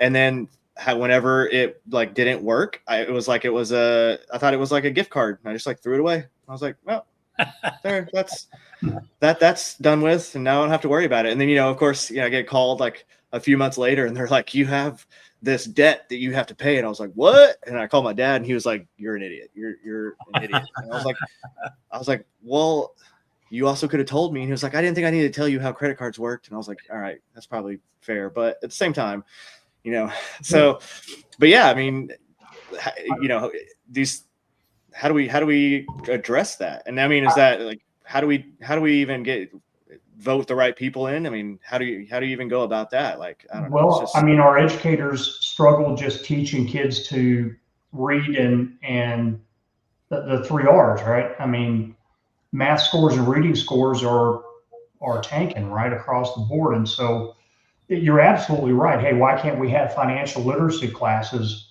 You know, we used to have shop classes and auto repair classes and all kinds of stuff that you know, there was not an expectation that everybody was going to go to college. Some people were going to go into the trades, and there was a venue sort of to help them get a head start in that, right? And I don't know why it changed. I don't know. I do. You know, people blame parents. There's probably all kinds of finger pointing, but the bottom line is that we don't do a good job as a nation of educating our kids. And I would be willing to bet that half of those teachers are probably not financially literate either. And so, you know, what do you can have the blind leading the blind there maybe, but to me, I think, you know, education is the root of a lot of our problems today, or lack of education. I was really hoping I could go on for hours. I hated school, fucking hate it. Don't even want to do college. Just did not suit me. I learned everything easily that came at me, but I just hated wasting all that time, getting up early, going there, being there all day long for music and art and all that other stupid shit. Give me 4 hours of hardcore math, reading, whatever, history, send my ass home or let me sleep in. But as for AI now, I don't think teachers are going to prepare students to use AI or live in an AI world as much as teachers are going to work on preventing students from using AI. I think they're so scared of losing their job and their power to AI that they're going to do everything possible to make sure you don't cheat and use AI. So you can't incorporate AI into your curriculum and say, hey, this is a good thing. If by the same token, it's threatening to take your job, you've got to make AI the enemy and not address it. So I think they're going to stick their head in the sand, ignore AI, and try to keep teaching music, art, humanities, again, all that other kind of shit. And parents are going to go along with it because they want their kids out of the house from 8 o'clock until 4 o'clock because mom now has to work. So it's key. I think that's exactly key. I think that's one of the answers right now. Right there is how it all went so wrong. Is so many people were like, let's let the school is supposed to teach them that. I don't have to teach them that. Our school is supposed to teach them how to do that. And then then it kind of becomes like the school's supposed to discipline them. The school's supposed to make sure that they know what's right and what's wrong. And they're like, that's your job, bro. That's your job as a parent, not the school's job. And I think a lot of parents have just handed that over to public schools, or not. Well, they've got the same mindset when it comes to government. Hey, I want the government to take care of this stuff, not me take care of this stuff. And so, it builds from there, all the way through, right? In all kinds of different facets. I think discipline at school used to be handled at school. And I think it worked out well for hundreds of years. The other students bullied the fuck out of you. If you were acting up, the other students beat the shit out of you. Teachers didn't have to interfere. Discipline used to be taken care of at school, but now we call it bullying. Yep. I mean, I got spankings at school, and I needed them, dude. I was that kid that you had, like, my parents had to spank me there was no other alternative, because you could tell me if you sent me to my room, even if you took all the stuff away, I was gonna find something, and just to like spite you, just to be like, I'm gonna win. They like, I'm not. This is fine, and I'd do whatever I needed to do in there. It's just so. I would have looked at you and gone, "Yeah, he's gonna be SF." Yeah. Well, I was ready to say, I think a lot of SF guys had that same experience. Yeah. I mean, I bet. But on the same token, right now, with the schools the way they are and the teachers the way they are, like, I don't trust these people to discipline my children because, they're going to be disciplining them, because like, what if they were like, oh, I like Trump. And they're like, oh, well, that's hate speech. And now they're disciplining. I'm like, no, see, I don't trust you in that now. Like it used to, like when I got spankings at school, I 100% deserved them. Like that, I did something stupid as I was prone to do when I was younger. I'm 40 now and I still do stupid things. So, it happens, but it's just one of those things. It's like, now it's like, I don't know, man. I don't know if I want this, person who believes in gender ideology telling my child what is right and wrong. Yeah. And that's that's the breakdown, right? And so when you have these foundational aspects, kind of our country that are crumbling or ineffective or have lost legitimacy, and we all three of us know what happens when governments or foundational things like the education system lose legitimacy, bad things start to happen, right? And so again, I don't know, I'm not an educator. I don't know what the right answer there is, but continuing on with what we're doing certainly ain't it. Yeah. No, and Beach Hawk said, don't stop with junior high. You can do it through high school. Both of my homeschool kids have finished college. Honestly, I haven't made a full decision on it yet. But I know I'm going to homeschool them.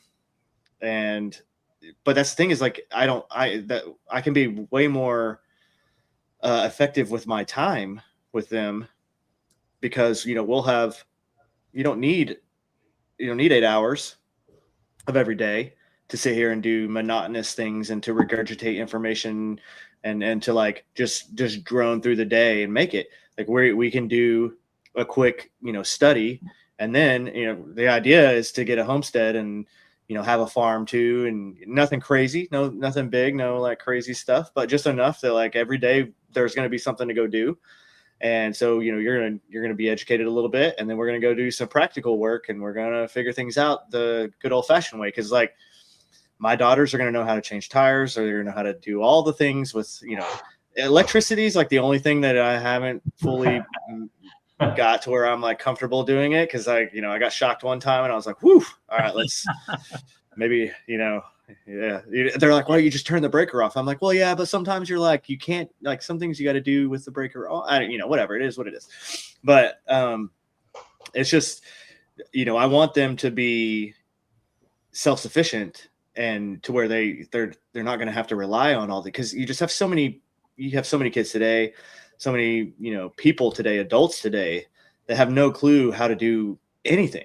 If they get a flat tire, they're calling, their insurance company to come change their flat tire. Like, yep. Bro, this is 10, 15 minutes of, very small physical labor and we're done. And then we can go to a tire shop and like, it's just all these, I don't know. I've thought about it a lot, and my wife is like, she's like, I don't know if I can like help homeschooling. I was like, no, I'm going to do it. Like I need you to just keep doing what you're doing. Like you're doing great. I'll take care of this part, but I want it to, I don't want them to be, it's not even, again, I'm not saying that all teachers are bad or they're like, there's all nefarious purposes, but the belief system isn't always the same. And I do believe that they just aren't teaching our kids practical knowledge anymore. No. Like, bottom line. I agree.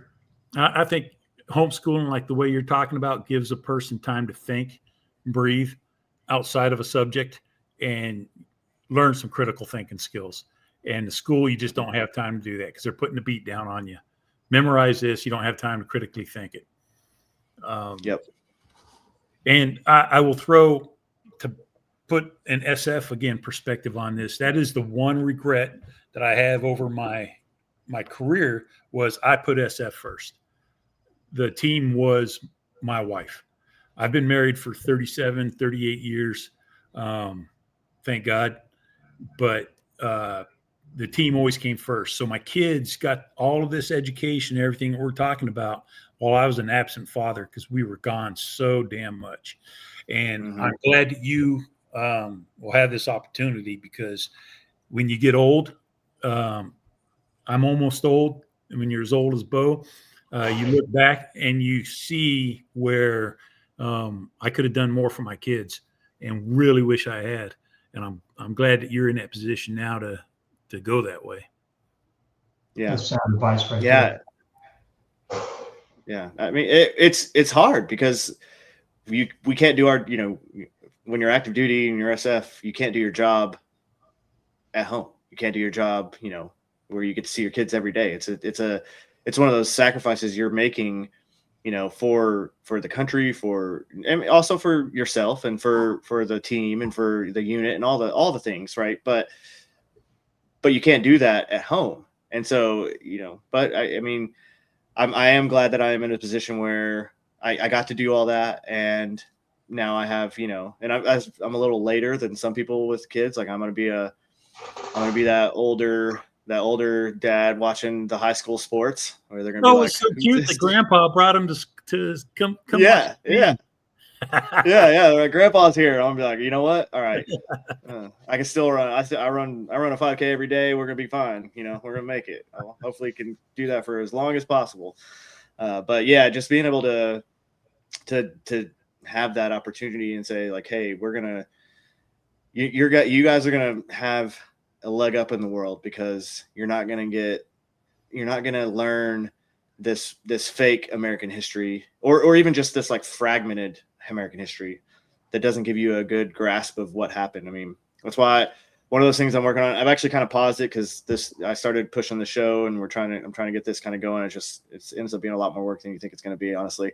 But I'm doing a project called the Constitutionalist Guide, and it's a narrative, form of how the Constitution became, and the arguments, and then all the different things that kind of led up to it. And one, I really wanted to do it just because it's also educational for me, because I get to learn more as I deep dive into all of it to just actually write it all. But just being able to give, like, most people don't know that the Constitution was argued over for months in a hot room with a lot of different people. Like, people stormed out, delegates, were very upset about things. Concessions were made that weren't perfect, but it was what had to happen to, keep the country together at the time. And like, just all the things that people don't understand. A lot of people don't understand. But that's very widespread in the fact that, most people just don't understand history. Like, most people don't know why we created our own Navy. Like, I was making fun of Sean Ryan the other day because he was a Navy SEAL that doesn't understand why the Navy was created or what the Barbary Wars were. It's like, it's what? If we had to make high school students take the citizenship test that immigrants who are trying to become citizens have to take in order to graduate from high school, that'd be a pretty fair measure of what they've learned, right? And but we don't even do that. And so it's awesome that you're doing that, because dude, trying to dig into the various papers and founding documents and all that kind of stuff, and draw the lines that, hey, this is why this particular issue became what it did. Electoral college, as an example. It's pretty crazy. You actually have to do a little bit of digging to understand some of the baseline arguments and why they were so important to some of the other smaller states, right? And so now people argue, well, we need to abolish the electoral college. No, that's prevent the tyranny of the majority from happening. That's why we're a republic, right? But most people don't get it, right? And so they'll like, hey, I'm not getting my way. Let's abolish this control rod that's in this thing that kind of keeps it from overheating. And so again, we're talking about education, And I just think we do a pretty bad job of it. Yeah. I don't know how we fix it. I mean, if you look at, there's that graphic, I'm sure you've seen it. I think it's from the, I can't remember who, it's one of those conservative, I don't know if it's a nonprofit or whatnot, but they talk about, they show the increases in the budget for the Department of Education over the last, 70 years. And then how, teacher salaries have gone up. There are more teachers. There are like way more teachers, way more administrators. All that has skyrocketed, but all of our test scores have actually gotten worse. All of our children, like they actually are not smarter from all of this happening. And it's one of those things that you're like, okay, well, we can look at this and see we're throwing, money, billions and billions of dollars. Yeah.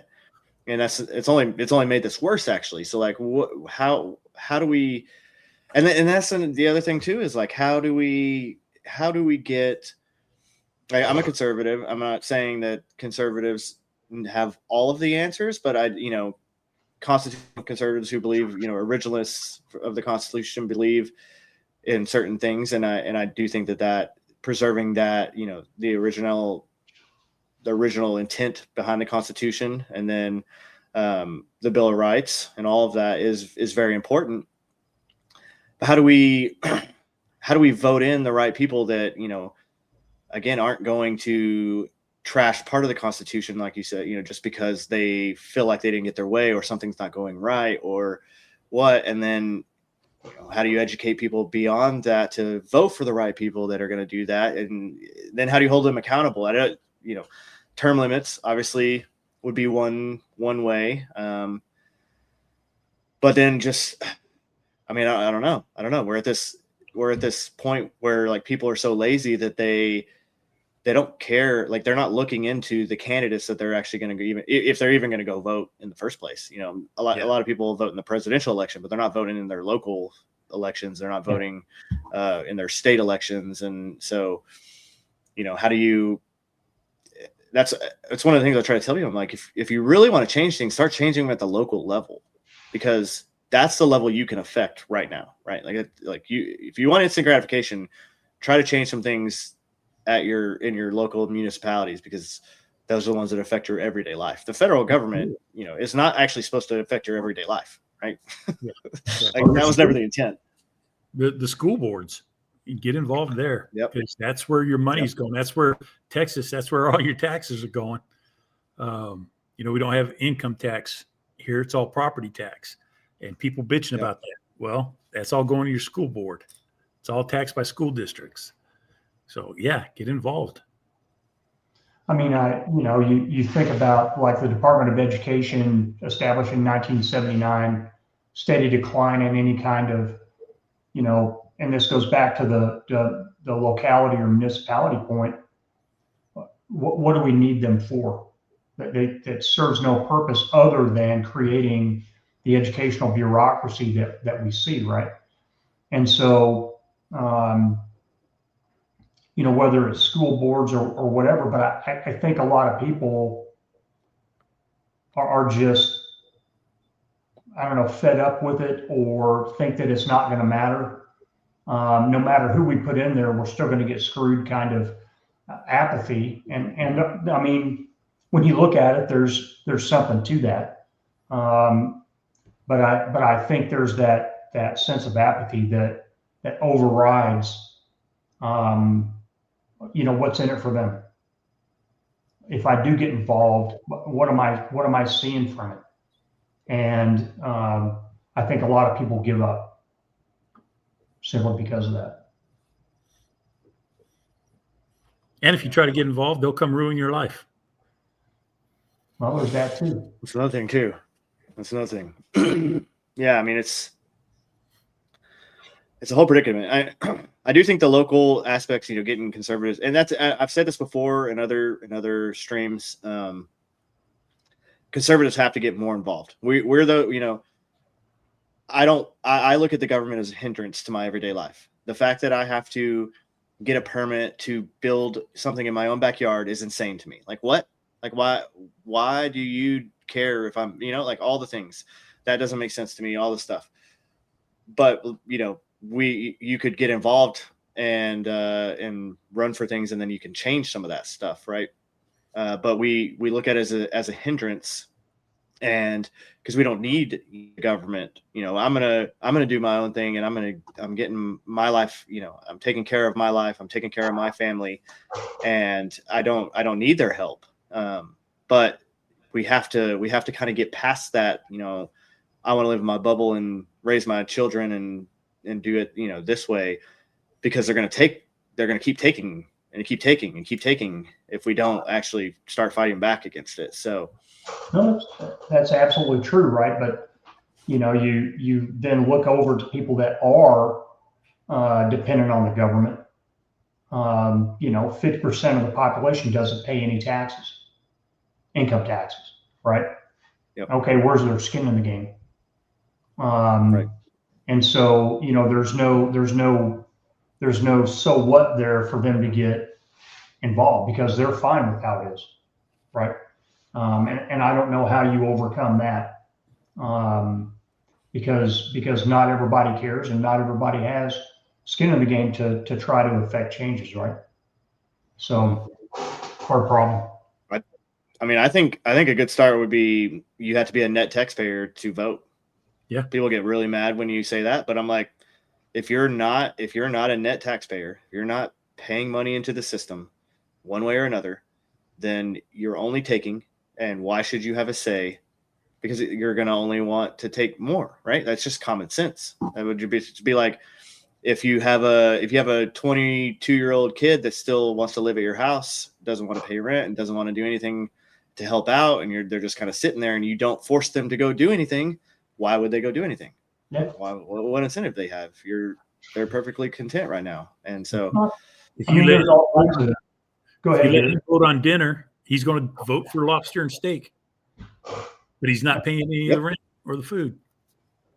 I mean, I think there's, over the last, 15, 20 years, there's been all these discussions about the Convention of States and coming together to modify the Constitution in ways that can affect some of these things, like what you're talking about. And I think it's an interesting argument. I don't know how successful they would actually be with it, but we haven't got there yet. And again, I think the government still retains enough legitimacy where it's not going to be imminent, because a lot of those changes are going to be constitutional level amendments, right? And so how do you actually make that happen? And to me, that's probably the path of least resistance, is to have something like that. But otherwise, it's kind of just admiring the problem, right? Right. I don't think we get anything drastic like that until there's a collapse. Like like the system would have to collapse for there to be a response to, hey, we're going to change to where only net taxpayers vote, right? That's not going to happen unless so many people are taking and not enough people are giving back into the system. And then, I mean, we're already the biggest welfare state in the entire world, which is insane because we're not a communist or socialist country, but we are giving more welfare away than every other country, which is wild. So, fiscally, like, is it all just made up? I don't know. I'm not a like an economic genius. I mean, but we're $40 trillion in debt, and I just feel like I can't, as just a single person, as a person, go out and just continue racking up debt and racking up debt and racking up debt more and more and more endlessly forever. So it just doesn't make sense to me how the government can do it. But I mean, I don't know. Maybe it's all just made up money. I don't know. Yeah, there's man, I hear so much different stuff out there. And like you, man, I'm not enough of an expert on that kind of stuff to opine, but, there's been some pretty thoughtful people that have said, hey, if you make a law where if we have, X amount of debt or, X amount of deficit that politicians at the federal level aren't allowed to run for reelection, a lot of things would change. And I think it was Warren Buffett maybe that had said that. I'm not sure. And it's a lack of accountability. And people will say, well, hey, they're accountable to the voters, but are they really? And so I think that's the part that we're missing in a lot of different things is accountability, because there almost is none anymore. I mean, if Jerry or I screw something up, we're probably going to be held accountable. But in general, there's pretty much a lack of accountability across the board. We have jobs. We have things that can be taken away from us. But people that are just getting welfare or whatever, they don't have that. Nothing can happen to them. What's the worst you're going to do to them? So there is no accountability. I mean, people are starting to worry about getting canceled now. That's the only thing they worry about.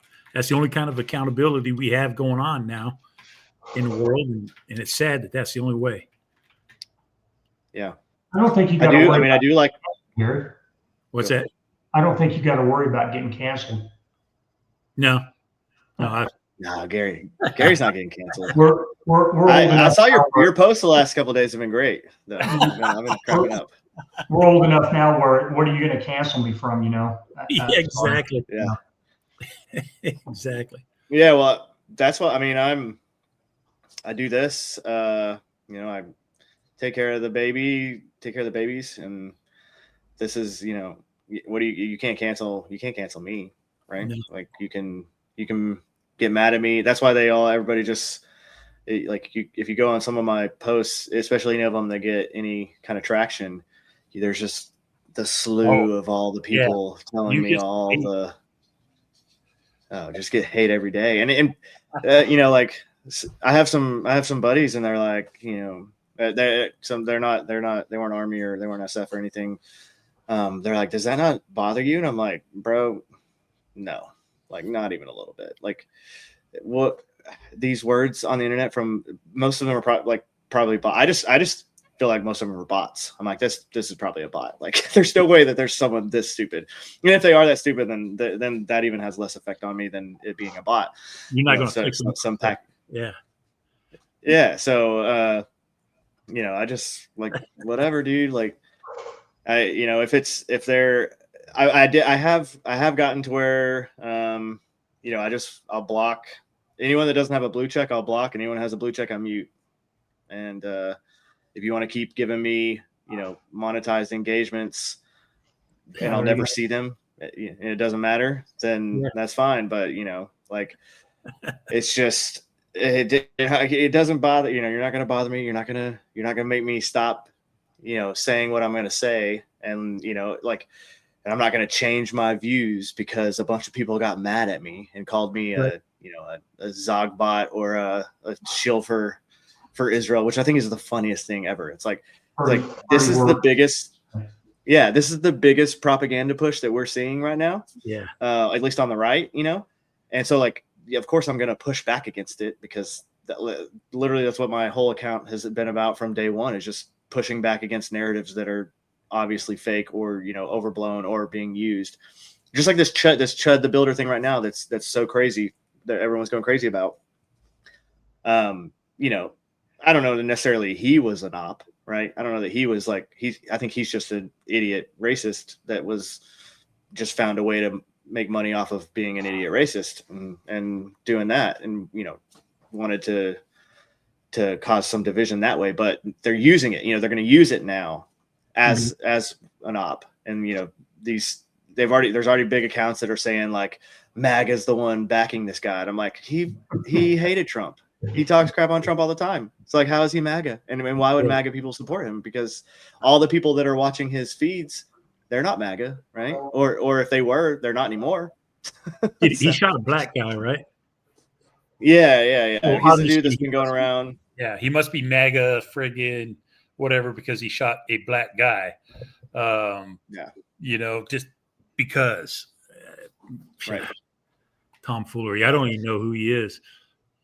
I've heard the story. I didn't know. X and caught up. Yeah, I didn't know who he was until like a week or two ago. Like I started seeing, and it's crazy how you'll start all of a sudden seeing this stuff, and then there's like a huge catalyst like right after they become kind of mainstream. It's like, that's convenient. So I don't know. I don't know. Weird. All the stuff with him going on. I don't know all the stuff who's behind. I don't know if there's anyone else behind it. But I do know that they're going to utilize it now. They're going to push, as much propaganda about it as they can now, because why would they not? It's what's trending right now. And that's how they're always going to react to anything that they can use to either vilify the right, anybody on the right, lump them all in together. They're all like this. It's insane to me. It's like, dude, I don't know. It makes no sense. Like we could have honest discussions about the like problems in the Black community and why some of those have started, and some of the issues with, single motherhood is what has led to a lot of that. And you can look at the white community too, and the areas that they have high rates of single motherhood, you have higher levels of crime. That's one of the main factors to it, because you don't have a father figure raising these children, and then these children don't, they don't have a disciplinarian that's teaching them right from wrong. And they just, that's just one of the main things that you can tell from all this. But walking down the street and calling people racial slurs is not the way that you're going to solve racism, bro. Like, I'm sorry. That's just silly and stupid and idiotic, and it doesn't make any sense to me. And then all these people are like, this is a free speech thing. I'm like, no, it's not, dude. No, it's not. Like, you can go say whatever you want, right? You can go say whatever you want to whoever you want. You can do that legally, right? But you might get punched in the face for it. Which is because that's expression. Right. And maybe they'll get in trouble for punching you in the face for it. Maybe they will. Or maybe they won't, because you provoked them and harassed them, and maybe the DA is going to be like, no, I mean, they deserve that. They were harassing you and your, or you and your whatever. And it's one of those things like free speech. The First Amendment protects you from the government. From the government. That's Nobody knows that. Nobody remembers that part. It protects you from the government. That's what doesn't protect you from the government. Yeah. So like I'll say these things. I'm like, you can't go, and especially like these people have never taken a conceal and carry course, obviously, right? You can't. This is one of the things they harp on while you're in your conceal and carry course, right? Is like, okay, you're concealing this weapon. Your job is to de-escalate any situation and get out of there, right? And retreat while you're concealing this weapon. Because if you end up having to pull your weapon and use it, and you were the one that provoked that engagement, it's not going to go well for you. That's literally the way it's all set up on purpose, so that you don't go walking around with a gun and then like try to start fights so that you can shoot people. That's just insane. It's insane to me that these like people don't understand this. And so then I'm like, yeah, it's stupid what this guy did, and like he probably deserves to be in jail. And they're like, oh, so you hate free speech. I'm like, what? Yeah, that guy's out provoking people, and he's on record saying he's going to go provoke people because he wants to be able to shoot them. Dude, yes. Go to jail, go directly to jail. You're Tennessee is one of the like most pro-gun states in this nation. And this dude is about to go to jail on some of the biggest gun charges that have happened in a while in this area because of what he did. Not because Tennessee is anti-gun, because they're not, right? They're a constitutional carry state. You don't even have to take a concealed carry course to carry concealed there. So, which I think is silly. I don't know, dude. I think, especially, I don't know if y'all have ever been to a concealed and carry course with like, civilians, but it was scary. It was scary. These one dude like looked at me, and I was like, bro, like, what are you doing? Don't point. Like, he was like, I wasn't going to shoot you. Like, well, I don't know that, man. Like, you obviously don't know what you're doing with that thing. And, we're 5 feet away, and you couldn't even hit paper. So I don't have a lot of faith in you being, concealing concealed carrying a gun around in public. It's just kind of one of those, whoa, I don't know. Man. Your uncle, like I'm a pro 2A guy for sure. Like I don't believe the government should tell me what gun or I can or cannot have. Like, but at the same time, there's a lot of stupid people, man, and they don't want to put the time or effort in to get competent with that weapon system, and it creates a lot of problems. I mean, this dude shot himself. He shot the guy, and then he shot himself in the arm too. Like, how many gunfights have you guys been in that you shot yourselves? Honestly, with it depends, but when you got a big ass, it's kind of hard to. No, see, I've been thinking, because I haven't seen video or nothing like that, but when you always did that drill where you pushed to create space and shot from the hip, I was always like, where's my hand? Where's my hand? Yeah. And so who knows if that guy was pushing, wrestling, was trying to do that up there, but it feels weird when you're doing that drill and pushing and sticking it in somebody's gut and shooting.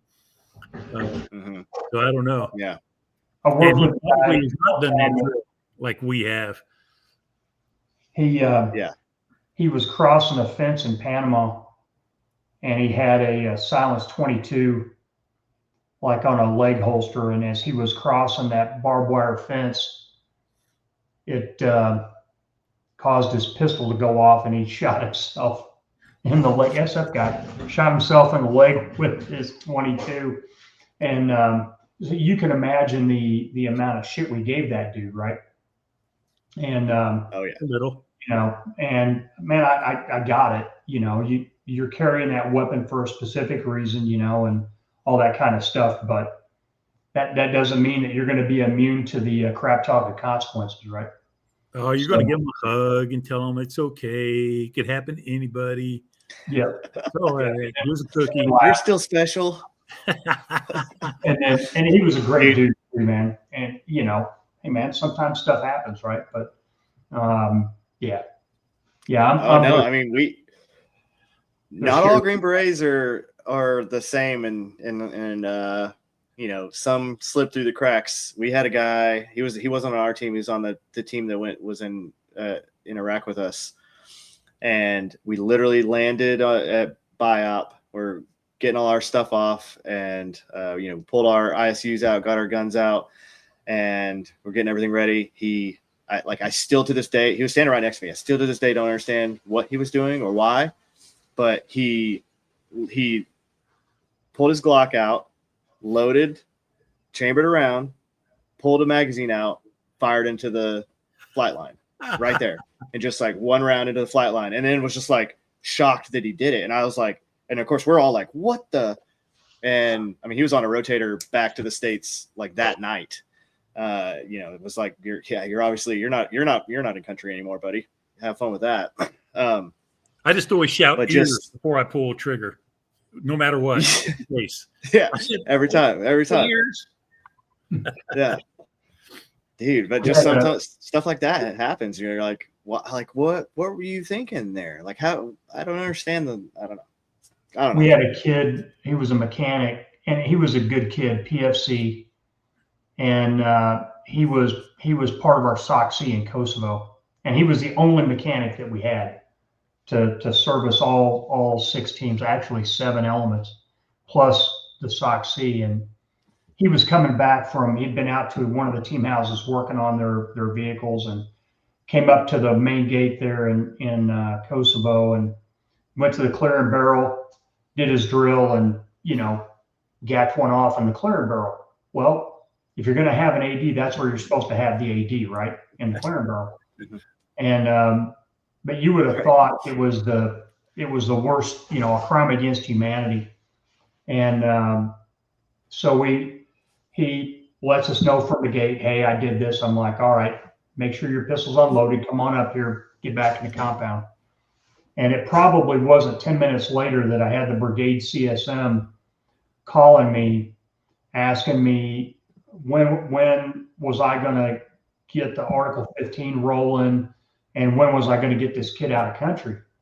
And I'm like, dude, I'm not doing any of that. He's the only mechanic I got. I said, he's going to have to do a traveling road show and present proper 9mm clearing procedures to all of my teams and the B team. And he's going to be an expert at clearing a 9mm after that. And oh, by the way, when he's out there doing it, he's going to be working on their cars and trucks. Yep. So that's what we're going to do, right? I mean, that's the right way to handle that. Yeah. Yeah. I mean, yeah. And, I agree. I mean, you're not talking about, hey man, this is a senior Bravo who's having an AD, during training or during a mission, right? There's different standards. Mm-hmm. So, but dude, that stuff happens, mm-hmm. And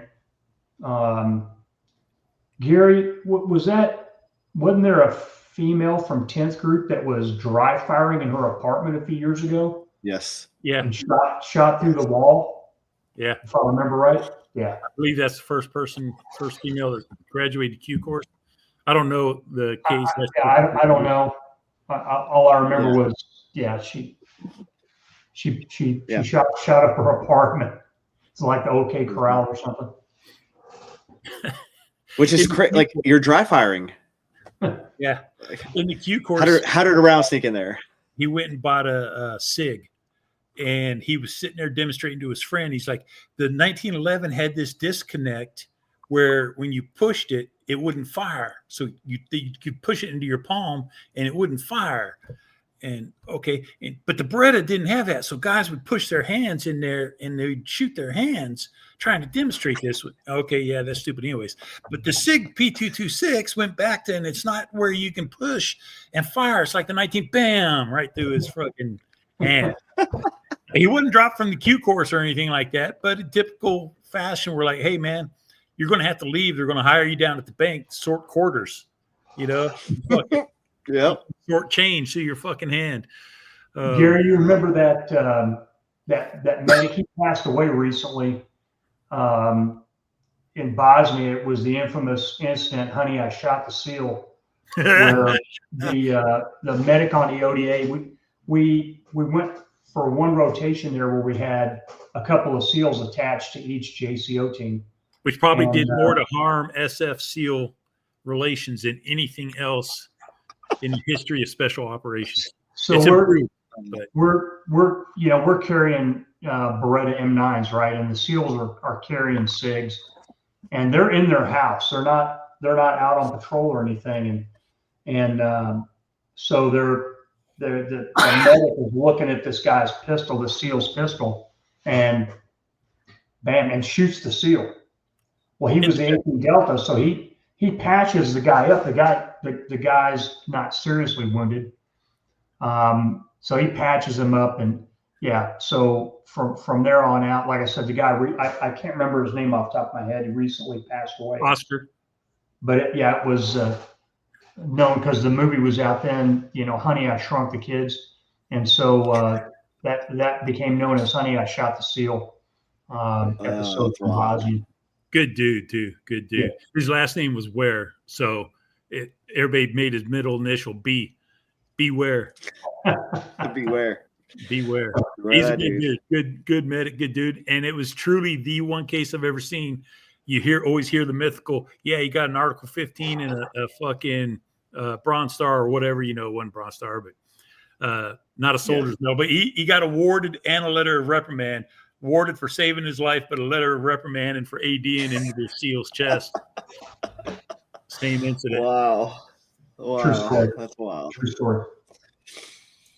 Oh man. Well, guys. All right. I want to hear. Well, that was a pretty good story, actually. That was a good one. What's one of y'all's? What's your best story from, whether it's combat or whether it's just team shenanigans or whatever? What's the one that you guys love telling, and then we'll wrap her up for the night. I don't know, man. I can't come up with the best story. Usually have to be provoked with something like Beware's story or something. Yeah. Come up and go, oh yeah, there was this one time. I was telling earlier today when they were going on about the echoes and everything like that. Just one of my fun shenanigans was I put it on X earlier today. was turning to my 18 Echo and telling them, hey, fucking, how come you got to fill everybody's radios? The Bravo doesn't clean everybody's guns. And then I just sat back and watched the fucking fight develop. You know, he walked right over to his desk and slammed his fucking M4. And he's like, clean my gun, bitch. So that's the kind of shenanigans that get going on teams. Yeah. I was a Delta, so I was always, we're 100% reactionary. So it's like we don't have a lot of equipment, we don't whatever. So they would always be, they were like, why aren't you doing this? I'm like, well, I mean, do you need help? Because otherwise, like, my job's already like done because you're still alive. And you asked for antibiotics earlier, and I didn't give you antibiotics because you don't actually need them. So I just gave you some like Zyrtec or whatever. Yeah. They're like, it's just funny. Yeah. No, the team, I do, team life is the best life. That's why dudes get addicted to it and, don't want to do anything else.